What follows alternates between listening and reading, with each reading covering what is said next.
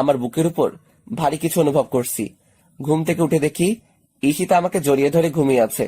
আমি আসি। আমাদের গল্পগুলো যদি ভালো লেগে থাকে তাহলে আমাদের চ্যানেলটি সাবস্ক্রাইব করে পাশে থাকবেন। ধন্যবাদ। আর আমি প্রিয়াঙ্কা।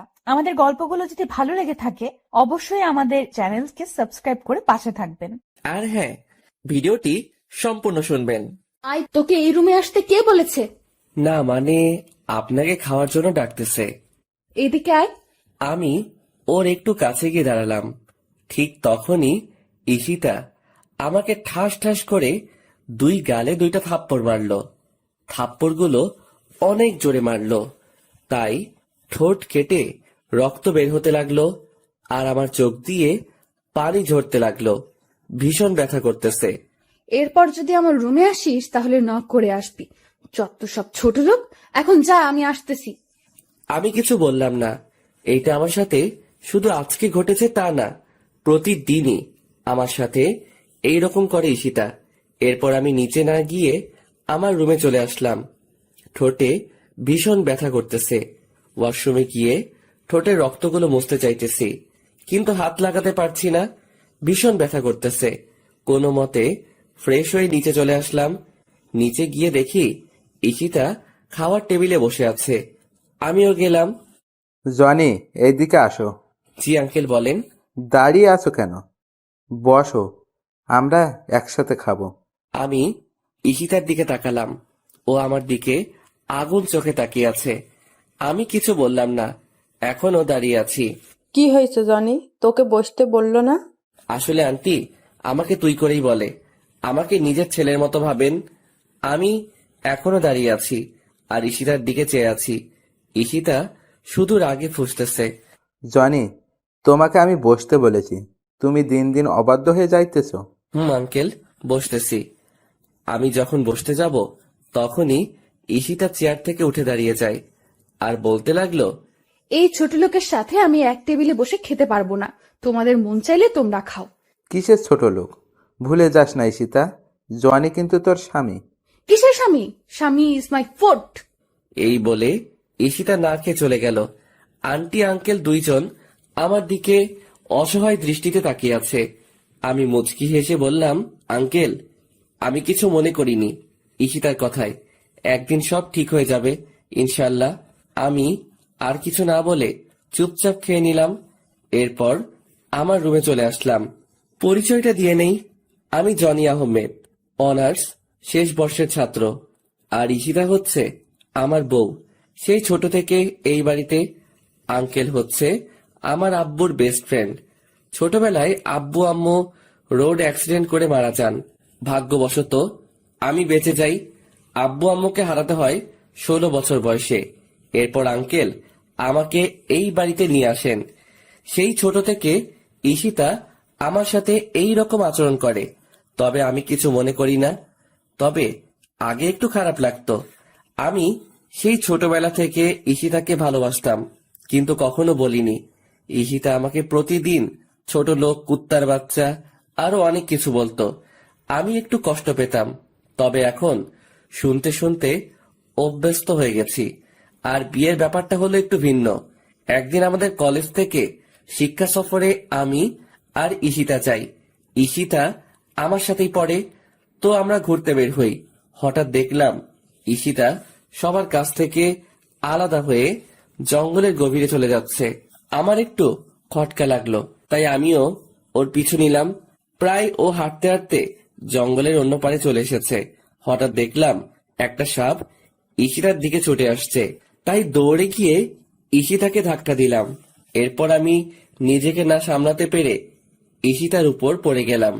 হঠাৎই কোথায় থেকে গ্রামের কিছু লোক এসে আমাদেরকে দেখে ফেলে এবং আমাদেরকে ভুল বুঝে এরপর আর কি আমাদের বিয়ে পড়িয়ে দেয়। আব্বু আম্মুর কথা খুব মনে পড়তেছে।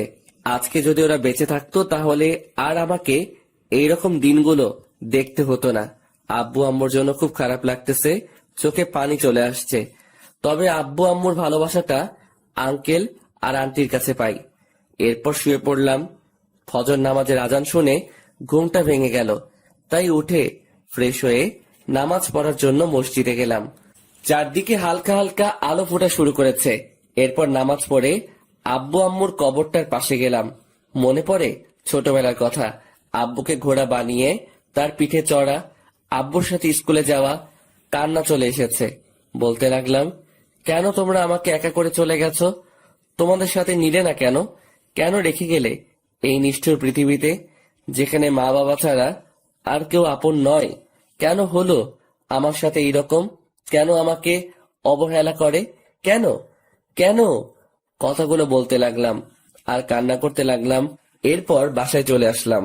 বাসায় ঢোকার সময় আন্টি আমাকে তাদের রুম থেকে ডাক দিলেন। রুমে গিয়ে দেখি আন্টি নামাজের বিছানায় বসে আছেন। আমি গিয়ে আন্টির পাশে বসলাম। আমার মাথায় হাত রাখলেন। ঈশিতা তোকে খুব অবহেলা করে, তাই না রে? মুচকি হেসে বললাম, ও এমন কিছু না আন্টি। ভালোবাসার মানুষটার অবহেলা কয়জনের কপালে থাকে? আমি সব বুঝি রে বাবা, তোর জন্য খুব কষ্ট। মেয়েটা কেন তোর সাথে এমন করে কিছু বুঝি না। কষ্ট এখন আর হয় না আন্টি। কষ্টগুলো এখন সহ্য করতে শিখে গেছি। দেখিস ঈশিতা একদিন তোকে ভালোবাসবে। হুম। আচ্ছা তুই এখন রুমে যা। আর শোন, ঈশিতাকে ডেকে তোল, আমি নাস্তা তৈরি করতেছি। আচ্ছা আন্টি। এরপর ঈশিতাকে ডাকতে চাইনি, কারণ ওকে ডিস্টার্ব করলে আবার আমার কপালে খারাপই আছে। ভালোবাসি তাই ওকে কিছু বলতে পারিও না। ঈশিতাকে না ডেকে আমি কলেজে যাওয়ার জন্য রেডি হয়ে নিলাম। এরপর আবার নিচে চলে গেলাম। গিয়ে দেখি ঈশিতা নিচে নাই। আন্টি, ঈশিতা কই? কেন, তোকে না বললাম ও ঘুম থেকে ডেকে তুলতে? ওহ আন্টি, ভুলে গেছি। আচ্ছা গিয়ে নিয়ে আয়। এরপর আমি ঈশিতাকে ডাকতে চলে গেলাম। কিছুক্ষণ দাঁড়িয়ে রইলাম দরজার সামনে। এরপর ডাক দিলাম, কিন্তু কোনো উত্তর দিল না। আবার ডাক দিলাম। এরপর ওপার থেকে ঈশিতা বলল, কি হয়েছে? সকালবেলা এত চিল্লাচিল্লি করস কেন? আপনাকে আন্টি ডাকছে, তাড়াতাড়ি নিচে আসতে। কলেজে যেতে হবে, পরে কিন্তু দেরি হয়ে যাবে। যা তো তুই, আমি আসতেছি। আর ডিস্টার্ব করবি না আমাকে। এরপর আমি আর কিছু না বলে চলে আসলাম। নিচে গিয়ে আমি নাস্তা করে নিলাম। এরপর ঈশিতা নিচে আসতে লাগলো। আজকে খুব সুন্দর লাগতেছে। গোলাপি রঙের একটা ড্রেস, কানের ফুল, চুড়ি আর হালকা লিপস্টিক, সব মিলিয়ে জাস্ট অসাম লাগতেছে। আমার হা করে তাকিয়ে থাকা দেখে ঈশিতা আমাকে বলল, কুত্তার মতো এইভাবে তাকিয়ে আছিস কেন, শোয়ারের বাচ্চা? ঈশিতার কথাটি সোজা গিয়ে আমার বুকে লাগলো। কি এক কপাল নিয়ে পৃথিবীতে এসেছি, নিজের বউয়ের দিকে তাকালেও গালি শুনতে হয়। ওই সময় শুধু চোখে পানি ছলছল করতেছে। আদিক্ষেতা না করে গাড়ি বের কর, কলেজে যাব। আমি আর কিছু না বলে গাড়ি বের করে ঈশিতার জন্য অপেক্ষা করতে রাখলাম। কিছুক্ষণ পর ঈশিতা আসলো। এরপর আমরা কলেজে চলে আসলাম। তুই গাড়ি পার্ক করে ক্লাসে চলে যা। যদি কোথাও যাস বা কারোর সাথে কথা বলিস, তাহলে তোর অবস্থা খারাপ করে দিব। আমি শুধু মাথা নাড়ালাম। আমি খেয়াল করলাম ওর বান্ধবী ওকে বলতে লাগলো, ঈশিতা, তুই সবসময় জনের সাথে এরকম করিস কেন? ছেলেটা কত স্মার্ট আর খুব ভালো, তাহলে কেন সবসময় অবহেলা করিস? কেন খারাপ আচরণ করিস? আর বড় কথা, ও এখন তোর স্বামী, তবুও কেন সবসময় খারাপ ব্যবহার করিস? কিসের স্বামী? হ্যাঁ, আর অধরা, তোকে আমি বলে রাখলাম কোনোদিনও আমাকে কিছু শেখাতে আসিস না। আর এতই যদি দরদ হয় তাহলে তুই ওই ছোট লোকটাকে বিয়ে করে নে, তাহলে আমিও উদ্ধার হব। আমিও তো চাই, কিন্তু জনি তো তোকে ভালোবাসে। আমি হাজার চাইলেও আমার হবে না জনি, ওইটা আমি ভালোভাবে জানি। জনি আমাকে ভালোবাসে, তুই কিভাবে জানিস? তোকে যদি ভালোই না বাসতো তাহলে তোর এত অবহেলা সহ্য করতো না, তোর এত খারাপ আচরণ মুখ বুজে সহ্য করতো না। আফসোস, জনের মতো কেউ আমার জীবনে এলো না। ভালোবাসা না ছাই, ছোট লোকের আবার ভালোবাসা। এই বলে ওরা ক্লাসে চলে আসতে লাগলো। তাই আমি তাড়াতাড়ি করে ক্লাসে চলে আসলাম। ঈশিতার কথাগুলোতে খুব কষ্ট পেলাম। এরপর ক্লাসগুলো শেষ করে চলে আসলাম বাড়িতে। এইভাবে কাটতে থাকে দিন। আর ঈশিতার অবহেলা প্রতিনিয়ত সহ্য করতে হচ্ছে। ভালোবাসার মানুষটির অবহেলা কত কষ্টের, তা যদি ঈশিতা জানতো তাহলে আমাকে এইভাবে অবহেলা করতো না। বসে আছি নিজের রুমে, তখন ঈশিতা আসলো আমার রুমে। আজকে সন্ধ্যায় একটা পার্টি আছে, আমার সাথে তুইও যাইবি, তাই তাড়াতাড়ি রেডি হয়ে নিস। যদি দেরি করিস তাহলে তোর কপালে খারাপই আছে। আমি শুধু মাথা নেড়ে হ্যাঁ সূচক উত্তর দিলাম। এরপর সন্ধ্যায় রেডি হয়ে গাড়ি নিয়ে বাইরে অপেক্ষা করতে লাগলাম। ঈশিতা আসতেছে। আজকেও খুব সুন্দর লাগতেছে, কিন্তু এই সৌন্দর্য আর দেখা হলো না। নিজের থেকে মুখ ফিরিয়ে নিলাম, জানি আমাকে এইভাবে তাকিয়ে থাকতে দেখলে আবার গালি দিবে। কি হয়েছে? গাড়ি চালাস না কেন? এই তো চালাইতেছি। আমাদেরকে কোথায় যেতে হবে? চলতে থাক, আমি বলতেছি কোথায় যেতে হবে। এরপর ঈশিতার কথা মতো গাড়ি নিয়ে চলে গেলাম, কিন্তু গাড়িটা গিয়ে থামে একটা নাইট ক্লাবে। একটু চিন্তায় পড়ে গেলাম, আমরা নাইট ক্লাবে কেন? পার্টিটা এখানে হবে। আমি আর কিছু বললাম না। গাড়িটা পার্ক করে ঈশিতার সাথে চলে এলাম। আমার কাছে এসব কিছু ভালো লাগে না। আমি মদ তো দূরের কথা, সিগারেটও খাই না। বসে আছি, একা ভালো লাগতেছে। হঠাৎ দেখলাম ঈশিতা ওর কাপড়গুলো খুলে শর্ট একটা কাপড় পরলো, হাঁটুর উপরে কাপড়টা উঠে রয়েছে, আর একটা গেঞ্জি। এইসব দেখে আমার মাথা পুরাই নষ্ট হয়ে গেছে। আমি শুধু বসে বসে ওর কাহিনী দেখতেছি। ও একটা ছেলের কাঁধে হাত রেখে ড্যান্স করতেছে, আর ছেলেটা ওর দিকে খারাপ দৃষ্টিতে তাকিয়ে আছে। এই দৃশ্য দেখে আমার মাথা আরো গরম হয়ে যায়। ঈশিতা অনেক ড্রিঙ্কস করে ফেলেছে, তাই ওর আচরণ স্বাভাবিক দেখাচ্ছে না। আমি ঠিক বুঝতে পারলাম। এরপর ছেলেটি ঈশিতাকে কি যেন বলল এবং তারা দ্বিতীয় তলায় যেতে লাগলো। বিষয়টি আমার কাছে একদম ভালো ঠেকছে না, তাই আমিও ওদের পিছন পিছনে গেলাম। ঈশিতা এত বেশি ড্রিঙ্কস করেছে যে তার পক্ষে ঠিকভাবে দাঁড়ানোটাও মুশকিল হয়ে পড়েছে। এরপর দেখলাম ঈশিতা ছেলেটির সাথে একটা রুমে ঢুকতেছে। তবে কি আমি যা ভাবছি তাই হতে চলেছে? আমি দরজায় কান দিয়ে শুনতে লাগলাম।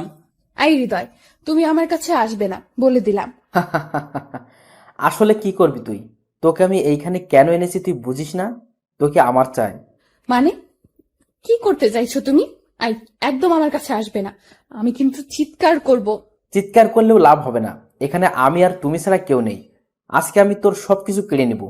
না, এই কথা শোনার পর আর থাকা যাচ্ছে না। এক্ষুনি আমাকে কিছু একটা করতে হবে। তাই দরজায় লাথি মারতে লাগলাম। এরপর অনেক চেষ্টায় দরজা খুলে ফেললাম। ভিতরে গিয়ে দেখি ছেলেটা, মানে হৃদয়, ঈশিতার শরীরের উপরে উঠে আছে।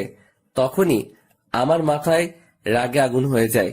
আমি ছেলেটিকে লাথি মেরে ঈশিতার উপর থেকে ফেলে দিলাম। এরপর ঈশিতাকে এক হাত দিয়ে তুলে নিলাম। আমার পরনের কোটটা ঈশিতার গায়ে জড়িয়ে নিলাম। এরপর আমি গিয়ে ছেলেটিকে নিচ থেকে তুলে ইচ্ছে মতো মারতে লাগলাম। শালা আমার বউয়ের দিকে খারাপ দৃষ্টিতে তাকাইস। মারতে মারতে প্রায় ছেলেটিকে আধমরা করে ফেলি। এরপর ছেলেটির মুখ টিপে ধরে বলতে লাগলাম, তোর ভাগ্য ভালো, তোকে ছেড়ে দিলাম। আর শুনে রাখ, ঈশিতা আমার, শুধুই আমার। ওর দিকে যে চোখ তুলে তাকাবে আমি ওর চোখ উপড়ে ফেলবো, মাইন্ড ইট। এরপর পিছন ফিরে দেখি ঈশিতা খাটে পড়ে আছে। হয়তো বেশি ড্রিঙ্কস করার কারণে এইরকম হয়েছে।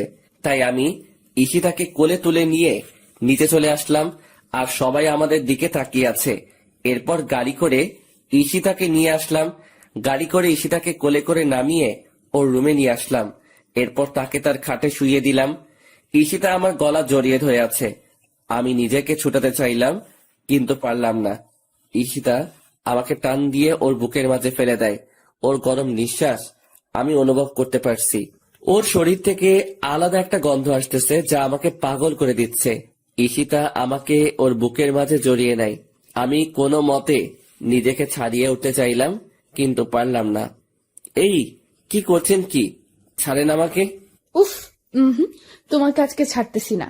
মানে কি বলতে চান আপনি? দেখেন আমাকে। বলতে পারলাম না। ঈশিতা আমার আর ওর ঠোঁটজোড়া এক করে নিল। আমি কিছু করতে পারছি না। আমার হাত পা ঠান্ডা হয়ে আসতেছে। আমি জানি ঈশিতা এইসব কিছু নেশার ঘরে করতেছে। আমার এইরকম করা ঠিক হবে না, তাই নিজেকে ছুড়াতে চাইলাম, কিন্তু পারতেছি না। ঈশিতা আমাকে এখনো খুব জোরে জড়িয়ে ধরে আছে, আর আমার ঠোঁট চুষতেছে। আমিও ধীরে ধীরে দুর্বল হতে লাগলাম। আমিও ঈশিতার ডাকে সাড়া দিলাম। ঈশিতা আমার বউ, ওর উপর আমার অধিকার আছে, আর যা হবার পরে ভেবে দেখা যাবে। ধীরে ধীরে দুইজন তলিয়ে গেলাম ভালোবাসার গভীর সাগরে। সকালবেলা আমার ঘুমটা ভেঙে যায়। আমি এখনো ঈশিতার বুকের মাঝে আছি, আর ঈশিতা আমাকে জড়িয়ে রেখে। ঈশিতার শরীরে কোনো কাপড় নেই। আমি নিজেকে ছাড়িয়ে ঈশিতার কপালে একটা চুমু দিলাম। আমার স্পর্শে ঈশিতার ঘুম ভেঙে যায় এবং আমাকে দেখে চমকে ওঠে। তুই আমার রুমে কি করিস? আর আমার জামা কোথায়? আমি তো আপনার রুমে থাকতে চাইনি, আপনি নিজেই আমাকে বাধ্য করছেন। আর তাছাড়া আপনি আমার বউ, আমি আপনার সাথে থাকতেই পারি। আপনার উপর আমার অধিকার সবচেয়ে বেশি। আয় শহরের বাচ্চা, কি বললি তুই? কোনো ছোট লোক আমার স্বামী হতে পারে না। আর তোকে না বললাম আমার কাছে স্বামীর অধিকার চাইবি না? আমার সব তো নষ্ট করে দিলি। আর বাকি কি রাখছ? আর আমি তোকে কি বাধ্য করেছি? কালকের ঘটনা ভুলে গেলেন নাকি? আপনার জন্যই সব হয়েছে। আর আমি আমার বউকে আদর করছি, অন্য কাউকে না। আমি যদি জানতাম আপনি কালকে ওই রকম কিছু করবেন, তাহলে কোনোদিনও ওই পার্টিতে যেতে দিতাম না। জানেন কালকে আপনার সাথে কি হয়েছিল? কি হয়েছে? আমি তো ডান্স করছিলাম, এরপর তো কিছু মনে করতে পারছি না। ওইটাই জানতে চান কি হয়েছে কালকে রাতে? বল। এরপর আমি ঈশিতাকে সব বললাম। আমি তোর কথা বিশ্বাস করি না। তুই মিথ্যে কথা বলতেছিস আমার সাথে। তুই কি ভাবছিস আমি কিছু বুঝি না? মিথ্যা কথা বলে তুই আমাকে ভোগ করলি। সত্যি কথা, আমি মিথ্যা বলতেছি না, আমাকে বিশ্বাস করুন। কি করলে আপনাকে বিশ্বাস করানো যাবে? বিশ্বাস করতে পারি, তবে আমার একটা কথা শুনতে হবে। কি কথা বলেন? যদি তুই আমাকে সত্যিই ভালোবাসিস, তাহলে তোর ওই ভালোবাসার কসম তুই আমার থেকে অনেক দূরে চলে যাবি, অনেক দূরে। মুচকি হেসে বললাম, ও এই কথা। আপনাকে সত্যি অনেক ভালোবাসি, নিজের জীবনের চাইতেও বেশি। যা বলে প্রকাশ করতে পারবো না, তবে আপনার কথা রেখে বোঝাতে পারবো কতটা ভালোবাসি। ভালোবাসা মানে এই নয় প্রিয় মানুষটির সাথে থাকতে হবে, দূর থেকেও ভালোবাসা যায়। চলে যা, আর আসিস না আমার কাছে। যাচ্ছি। এই বলে আমি আমার রুমে চলে আসলাম। ভাবতেই পারিনি আমার জীবনে এমন একটা দিন আসবে, প্রিয় মানুষটির থেকে আলাদা হতে হবে। বিধাতা কেন আমাকে এমন পরীক্ষার সম্মুখীন করলেন?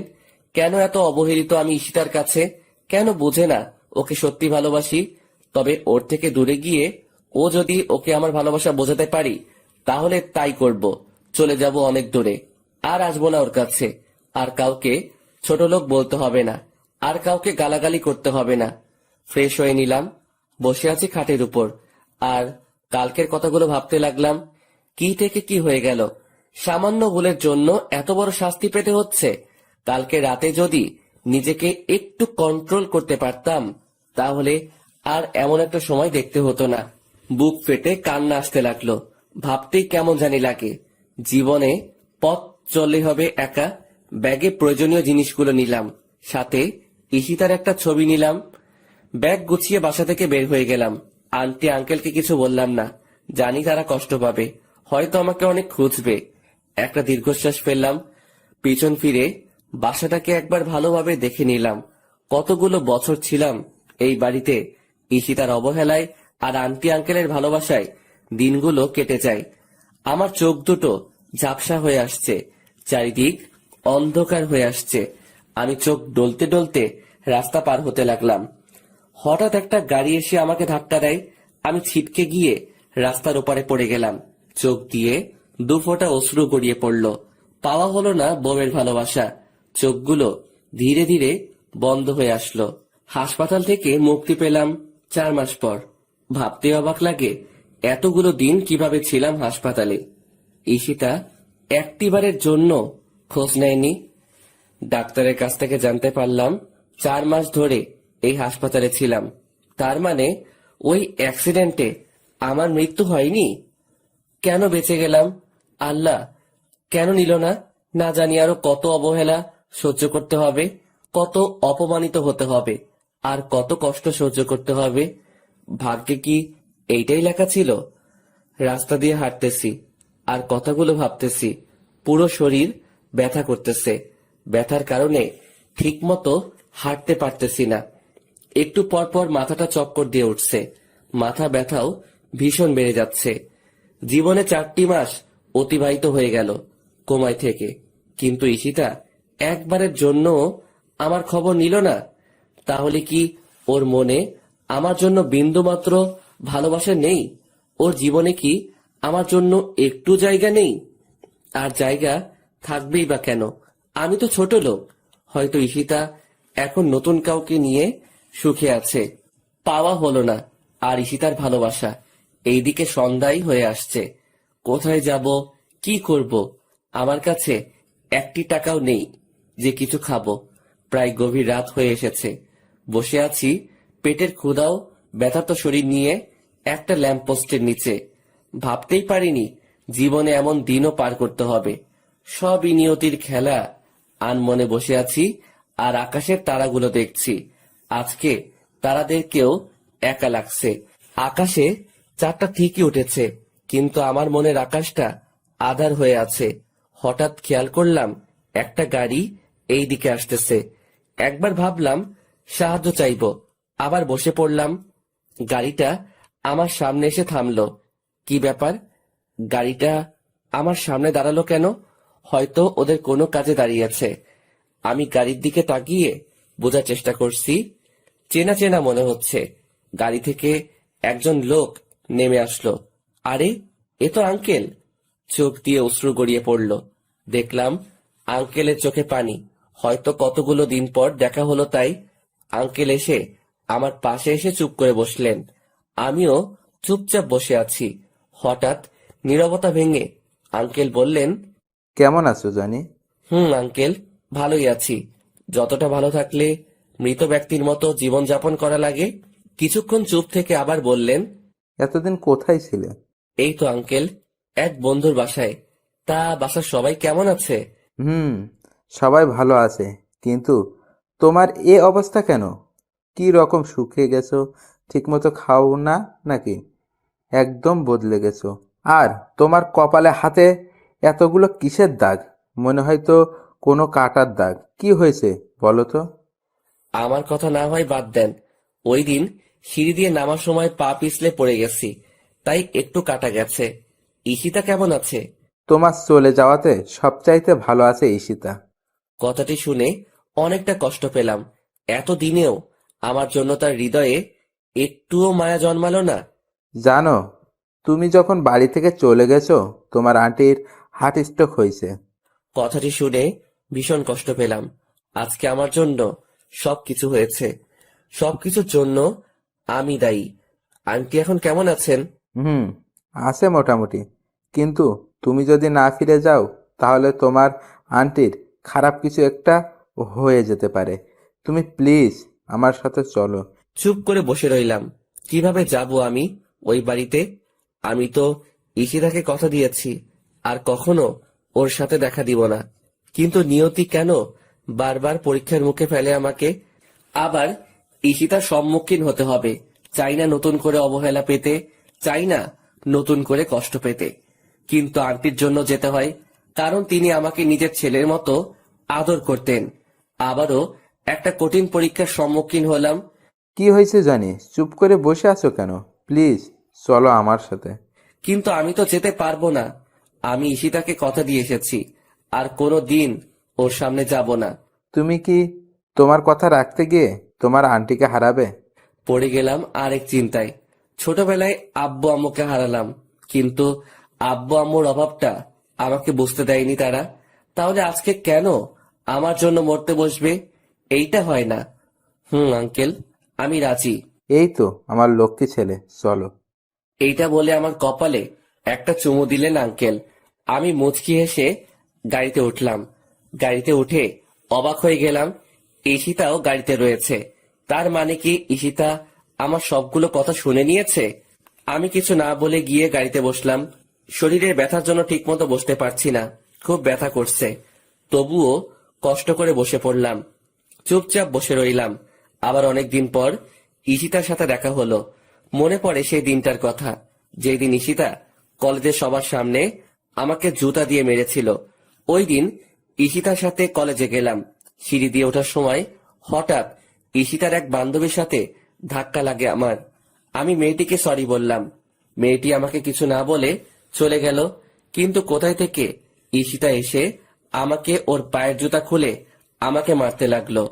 ঈশিতা তার পায়ের হিলওয়ালা জুতাগুলো দিয়ে মারতে মারতে আমার শরীরটা রক্তাক্ত করে দেয়, কিন্তু আমি জায়গা থেকে সামান্য সরে দাঁড়াইনি। ওই সময় শুধু চোখ দিয়ে পানি ঝরেছে। ঈশিতার বান্ধবী এসে ঈশিতাকে বলল, ওর কোনো দোষ নেই, আসলে আমি অনেক তাড়াহুড়োতে ছিলাম, ভালোভাবে খেয়াল করিনি, তাই ধাক্কা লাগলো। আর জনি তো নিজে থেকে আমাকে ধাক্কা দেয়নি। তাহলে তুই ওকে শুধু শুধু শাস্তি দিচ্ছিস কেন ঈশিতা? আমি জানি ওই ছোট লোক নিজে থেকে তোকে ধাক্কা দিয়েছে দিশা। এই বলে আবার মারতে থাকে আমাকে। প্রায় আধমরা হয়ে গেছি ওই দিন। ওই সময় 16 দিন হাসপাতালে থাকতে হয়েছে আমাকে, শুধুমাত্র একটা ভুলের জন্য। সবার সামনে আমাকে অপমানিত করলো, সবার সামনে আমাকে মারলো। কথাগুলো ভাবতে ভাবতে চোখে পানি চলে এসেছে। আমি কান্না করতেছি। ঈশিতা বুঝতে পেলে তাই আমি তাড়াতাড়ি চোখ মুছে নিলাম। এইসব কথা ভাবতে ভাবতে গাড়ি এসে থামলো ঈশিতাদের বাড়িতে। আমি দৌড়ে গেলাম আন্টির কাছে।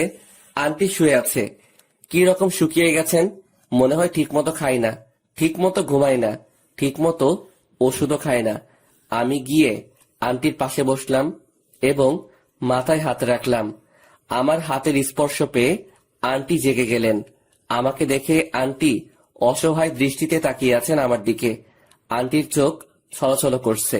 আমাকে আন্টি পাগলের মতো চুমু দিতে লাগলেন। কেমন আছো আন্টি? আগে ভালো ছিলাম না রে, তুই এসে গেছিস, আমি এখন খুব ভালো আছি। কিন্তু তোর এই রকম অবস্থা কেন? কপালে কাটার দাগ, হাতেও অনেক বড় কাটার দাগ রয়েছে। ওইটা আন্টি তেমন কিছু না, সিঁড়ি দিয়ে নামতে পড়ে গেছি, তাই একটু কেটে গেছে। আমার কেন জানি বিশ্বাস হচ্ছে না তোর কথা, কেন জানি তোর কথা মানতে পারছি না। না আন্টি, ওই রকম কিছুই না। আচ্ছা তুই ফ্রেশ হয়ে আয়, আমি তোকে খাবার দিচ্ছি। আচ্ছা আন্টি। আমি চলে যেতে লাগলাম। আন্টি আবার আমাকে পিছন থেকে ডাক দিলেন। জি আন্টি, বলো। এইদিকে আয় তো, তোকে জড়িয়ে ধরি না অনেক দিন হইছে। আমি মুচকি এসে আন্টির কাছে গেলাম। আন্টি আমাকে জড়িয়ে ধরলেন। ঠিক তখনই আমি ব্যথায় আহ করে চিৎকার দিয়ে উঠলাম। আমার চিৎকার শুনে সবাই ভয় পেয়ে গেল। কি হয়েছে জনি? আন্টি হঠাৎ পিঠে ভীষণ ব্যথা করে উঠল। কই দেখি। আমার পরনে টি শার্টটা উল্টিয়ে আন্টি বড়সড় একটা ধাক্কা খেলেন, বুঝতে পারলাম। সাথে সাথে আঙ্কেল আর ঈশিতাও। কিন্তু কি এমন হয়েছে বুঝতে পারলাম না। সত্যি করে বল জনি, তোর কি হয়েছে? তুই আমাকে মিথ্যা কথা বললি কেন? আরে আন্টি, মিথ্যা বলবো কেন? আমি তো সত্যি বলতেছি। তুই সত্যি বলিস তাই না? এক থাপ্পড় দিব। তোর পিঠে ওইটা কিসের দাগ? কই, কিসের দাগ? আমি আয়নার সামনের দিকে দেখতে লাগলাম। দেখে আমি নিজেই অনেক বড় ধাক্কা খেলাম। আমার পিঠের প্রায় অর্ধেকটা কাটা।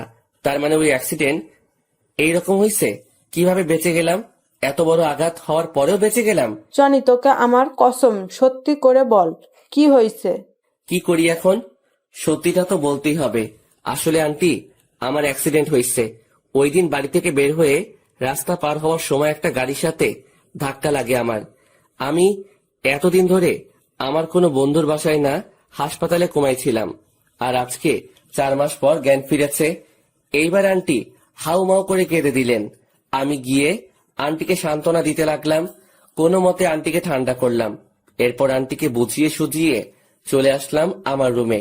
ফ্রেশ হতে গেলাম, ফ্রেশ হতেও পারছি না। কোনো মতে ফ্রেশ হয়ে নিচে চলে আসলাম খাওয়ার জন্য।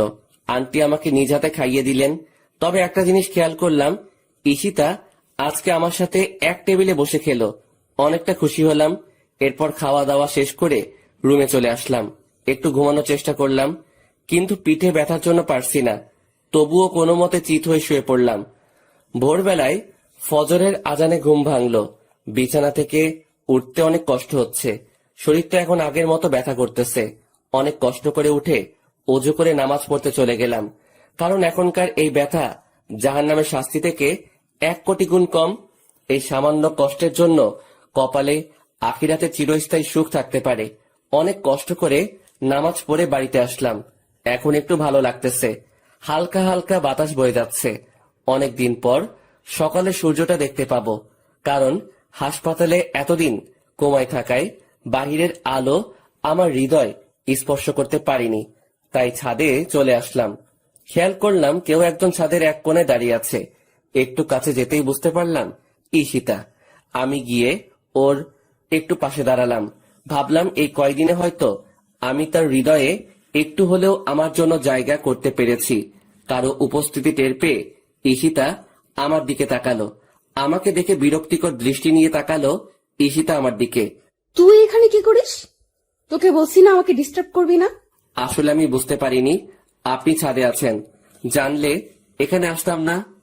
জানলে আসতিস না। এই বাড়িতে আবার কেন আসলি তুই? তোর নাকি অ্যাক্সিডেন্ট হয়েছে? মরিস নাই কেন অ্যাক্সিডেন্টে? মরে আমাকে উদ্ধার করতি? যত সব ছোট লোক কোথাকার। এই বলে ঈশিতা চলে গেল। ঈশিতার কথা শুনে বুকের ভিতর ঘূর্ণিঝড় শুরু হলো। তাহলে কি আমি ভুল ভাবনা নিয়ে এতদিন বেঁচেছিলাম? মৃত্যুটাই আমার জন্য শ্রেয় ছিল।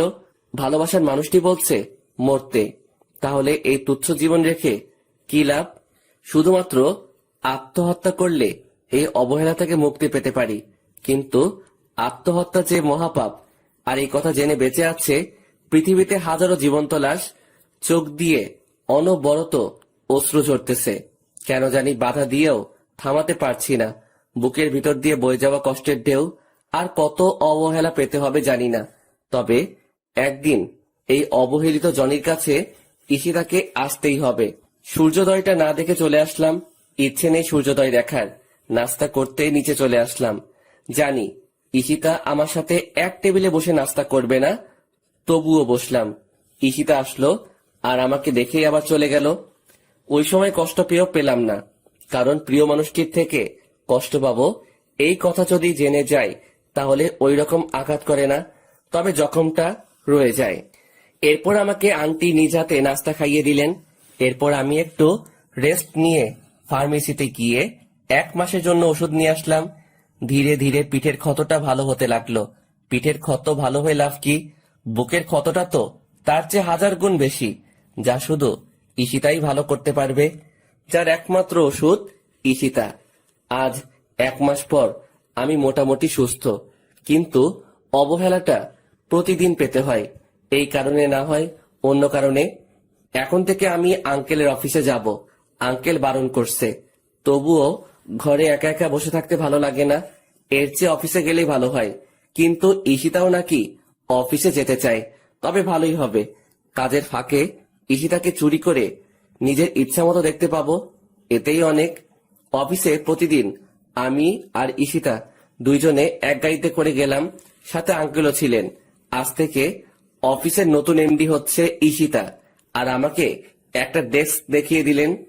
আমার জন্য কাজটা নির্ধারিত নয়, আমার কাছে ভালো লাগলে কাজ করতে পারবো, না হয় অফিসে বসে থাকতে পারবো। প্রথম দিন সবার সাথে পরিচয় হয়ে নিলাম আর একজনকে বন্ধু বানিয়ে নিলাম। নাম হচ্ছে রাকিব।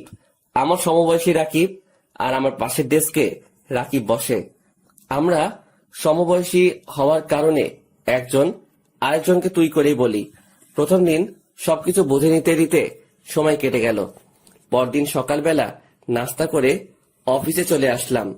ঈশিতাও আমার সাথে গাড়িতে আসে। আমি গাড়ি চালানোর ফাঁকে ফাঁকে ঈশিতার দিকে তাকিয়ে থাকি। মেয়েটাকে দেখতে কতটা নিষ্পাপ লাগে, কেউ দেখলে বিশ্বাসই করবে না মেয়েটা যে এত নিষ্ঠুর। তবে ঈশিতা আমার জন্য নিষ্ঠুর না। ঈশিতা আমার জন্য আমার রাজ্যের রানী। আমার ডেস্কে বসে আছি, এমন সময় পিয়ন এসে বলল ঈশিতা নাকি আমাকে ডাকছে। তাই গেলাম ওর কেবিনে। আসতে পারি ঈশিতা? ওই ছোট লোক, এটা অফিস, বাড়ি না। আর তোর সাহস কি করে হয় আমার নাম ধরে ডাকিস? সরি ম্যাম, বলেন কি করতে হবে? মনে থাকে যেন। এখন এই ফাইলটা রেডি করে নিয়ে আয়। জি ম্যাম। প্রায় 1.5 ঘন্টা পর ফাইলটা রেডি করতে পারলাম। এইবার ঈশিতার কাছে নিতে হবে। May I come in ma'am? Yes come. এই যে ম্যাম, ফাইলটা রেডি। আমার হাত থেকে ফাইলটা নিয়ে ঈশিতা দেখতে লাগলো। হঠাৎ ঈশিতা ফাইলটা আমার দিকে ছুড়ে মারলো আর বলতে লাগলো, ছোট লোকের বাচ্চা, সামান্য একটা ফাইল ঠিক করে তৈরি করতে পারিস না, আর আসছে অফিসে কাজ করতে। ফাইলটা এসে আমার কপালের আগের ক্ষতটায় লাগে। ফাইলের কোনা লাগায় ক্ষতটা ফেটে টপ টপ করে রক্ত ঝরতে লাগে। ভীষণ ব্যথা করতে লাগলো। আমি তবুও চুপচাপ দাঁড়িয়ে রইলাম। দাঁড়িয়ে আছিস কেন? যা, ফাইলটা 20 মিনিটের মধ্যে ঠিক করে আনবি, না হয় তোর কপালে খারাপই আছে। আমি ফাইলটা ফ্লোর থেকে তুলে নিজের ডেস্কে চলে আসলাম। রক্ত এখনো ঝরতে থাকে। বিষয়টা রাকিব ঠিকই বুঝতে পারে, তাই রাকিব আমার জন্য অফিসে রাখা মেডিসিনের ফার্স্ট বক্সটা আনলো আর ধীরে ধীরে ক্ষতটা পরিষ্কার করতে লাগলো। ওর হাতটা আমার ক্ষততে লাগতেই ব্যথায় চিৎকার দিয়ে উঠলাম। ভীষণ ব্যথা করতেছে। এরপর রাকিব ধীরে ধীরে আমার মাথা ভালোভাবে ব্যান্ডেজ করে দিল। এরপর রাকিব চুপি চুপি ফাইলটা আবার ঠিক করে দিল। আমি গিয়ে ফাইলটা ঈশিতাকে দিয়ে চলে আসলাম। এরপর অফিস শেষে আবার ঈশিতাকে নিয়ে বাসায় চলে আসলাম। বাড়িতে ঢুকবার সময় আমার মাথায় ব্যান্ডেজ দেখে আন্টি আমার কাছে দৌড়ে এসে জিজ্ঞেস করলেন, কি হয়েছে জনি, মাথায় ব্যান্ডেজ কেন? ও কিছু না আন্টি, গাড়িতে ওঠার সময় গাড়ির সাথে ধাক্কা লেগে হালকা খেটে চাই, দেখবা আমার ঠিক হয়ে যাবে। এই কথা বলে রুমে চলে এসে ফ্রেশ হয়ে নিলাম। এরপর রাতে খেয়ে ঘুমিয়ে পড়লাম। ঘুম ভাঙে প্রায় সকাল 9টায়। কি ব্যাপার, কোনো দিন তো এত দেরি করে ঘুম ভাঙে না। শোয়া থেকে উঠতে চেষ্টা করলাম, কিন্তু উঠতে পারছি না। পুরো শরীর কি রকম ভার হয়ে আছে আর আগুনের মতো পুড়ে যাচ্ছে। হঠাৎ করে আবার জ্বর এলো কেন? কালকের ঘটনা মনে পড়ে গেল। কপালে হাত দিয়ে দেখি কে যেন জলপট্টি দিয়ে রেখেছে। এরপর অনেক কষ্টে বিছানা থেকে উঠে ফ্রেশ হয়ে নিলাম। আজকে আর অফিসে যাওয়া হবে না, অনেক লেট হয়ে গেছে। একটা জিনিস বুঝতে পারলাম না, আমার মাথায় জলপট্টি দিলটাকে? মনে হয় আন্টি ছাড়া আর কেউ হতেই পারে না। আন্টির কথা ভাবতেই আমার রুমে এসে হাজির হয়ে গেলেন। এখন কেমন আছিস বাবা, জ্বরটা কমেছে?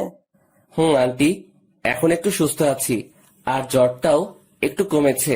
আমি তোর জন্য নাস্তা নিয়ে এসেছি, হ্যাঁ কর, আমি খাইয়ে দিই। এরপর আন্টি আমাকে খাওয়াতে লাগলেন।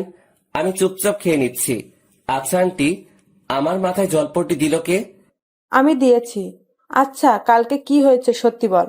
গাড়ির সাথে হালকা ধাক্কা লাগলে তো এমন রকম আঘাত হয় না, আবার রাতে জ্বর এসেছে, সত্যি করে বল, কিন্তু আমার সাথে মিথ্যা বলবি না।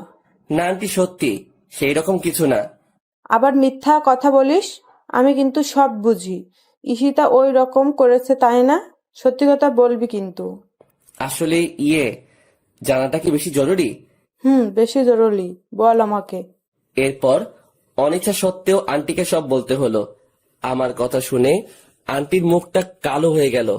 আমার মাথার ব্যান্ডেজটা খুলে আন্টি দেখতে লাগলেন। এরপর আন্টি কিছু না বলে আমাকে ওষুধ খাইয়ে দিয়ে চলে গেলেন। আমিও চুপচাপ শুয়ে পড়লাম। অনেকদিন কলেজে যাওয়া হয় নাই, আবার সামনের মাসে পরীক্ষা। আমার ওই রকম ভালো প্রস্তুতি নাই, কালকে কলেজে যেতে হবে, এইভাবে দিনটা কেটে যায়। জ্বরটা একটু কমেছে, তাই সকালে নাস্তা করে গাড়ি নিয়ে বেরিয়ে পড়লাম কলেজের উদ্দেশ্যে। হঠাৎ আমার গাড়ির সামনে একটা মেয়ে এসে পড়লো। আমি তাড়াতাড়ি ব্রেক করলাম, তবুও গাড়ির সাথে হালকা ধাক্কা লাগে মেয়েটির। আমি তাড়াতাড়ি গাড়িটা বন্ধ করে গাড়ি থেকে নেমে পড়লাম। এরপর মেয়েটিকে তুলতে গেলাম। আরে, এইটা তো ঈশিতার ফ্রেন্ড দিশা। আমি তাড়াতাড়ি হাতটা বাড়িয়ে দিলাম দিশার দিকে। উঠে আসো দিশা। এরপর আমি ধীরে ধীরে দিশাকে তুলতে লাগলাম। গাড়ির সাথে ধাক্কা লাগার কারণে মেয়েটা পায়ে ব্যথা পাইছে, উঠে দাঁড়াতে কষ্ট হচ্ছে। তোমার কি হাঁটতে কষ্ট হচ্ছে? না, তেমন না, ঠিক হয়ে যাবে। আচ্ছা, এখন ছাড়ো, আমি যেতে পারবো। আচ্ছা। আমি দিশাকে ছেড়ে দিলাম। ও ধীরে ধীরে হাঁটার চেষ্টা করতে লাগলো, কিন্তু পায়ের ব্যথার কারণে পারছে না। দিশা পড়ে যেতে লাগলো, তাই আমি তাড়াতাড়ি দিশাকে আবার ধরে ফেললাম। চলো, আমি তোমাকে হাসপাতালে নিয়ে যাচ্ছি। না, তার আর দরকার হবে না, আমি যেতে পারবো। চুপ, সেই তখন থেকে যেতে পারবো বলছে তো, কই একটুও তো সামনে যেতে পারছো না। তো আমি এখন কিভাবে যাব? আচ্ছা দাঁড়াও, কি করব ঠিক বুঝতে পারছি না। মেয়েটা ঠিক মতো হাঁটতেও পারছে না, তাই কোনো কিছু না ভেবে দিশাকে কোলে তুলে নিলাম। এইরকম কিছুটা একটা করব দিশা ভাবতে পারিনি। আমার দিকে ড্যাব ড্যাব করে তাকিয়ে আছে। আমি আর কিছু না বলে দিশা গাড়িতে উঠিয়ে নিলাম। আসলে আমারও কোনো ইচ্ছা ছিল না দিশাকে কোলে নেওয়ার, কিন্তু পরিস্থিতির শিকার হয়ে করতে হলো। এরপর দিশাকে একটা হাসপাতালে নিয়ে আসলাম। ডাক্তার দেখাতে হবে, না হয় পরে আবার সমস্যা হতে পারে। গাড়ি থেকে হাসপাতালের ভিতর কোলে করে নেওয়া লাগলো। এরপর ডাক্তারকে দেখিয়ে নিলাম। আঘাতটা একটু বেশি লেগেছে, তবে কিছুক্ষণ পর ঠিক হয়ে যাবে। ডাক্তার কিছু ওষুধ লিখে দিলেন। ওষুধগুলো কিনে দিশাকে নিয়ে আবার গাড়িতে চলে এলাম। দিশা কোথায় যাবে এখন? কলেজে নাকি বাড়িতে? কলেজে চলো। ঠিক মতো হাঁটতে পারবে তো? সমস্যা হলে বলো, আমি তোমাকে বাড়িতে দিয়ে আসবো।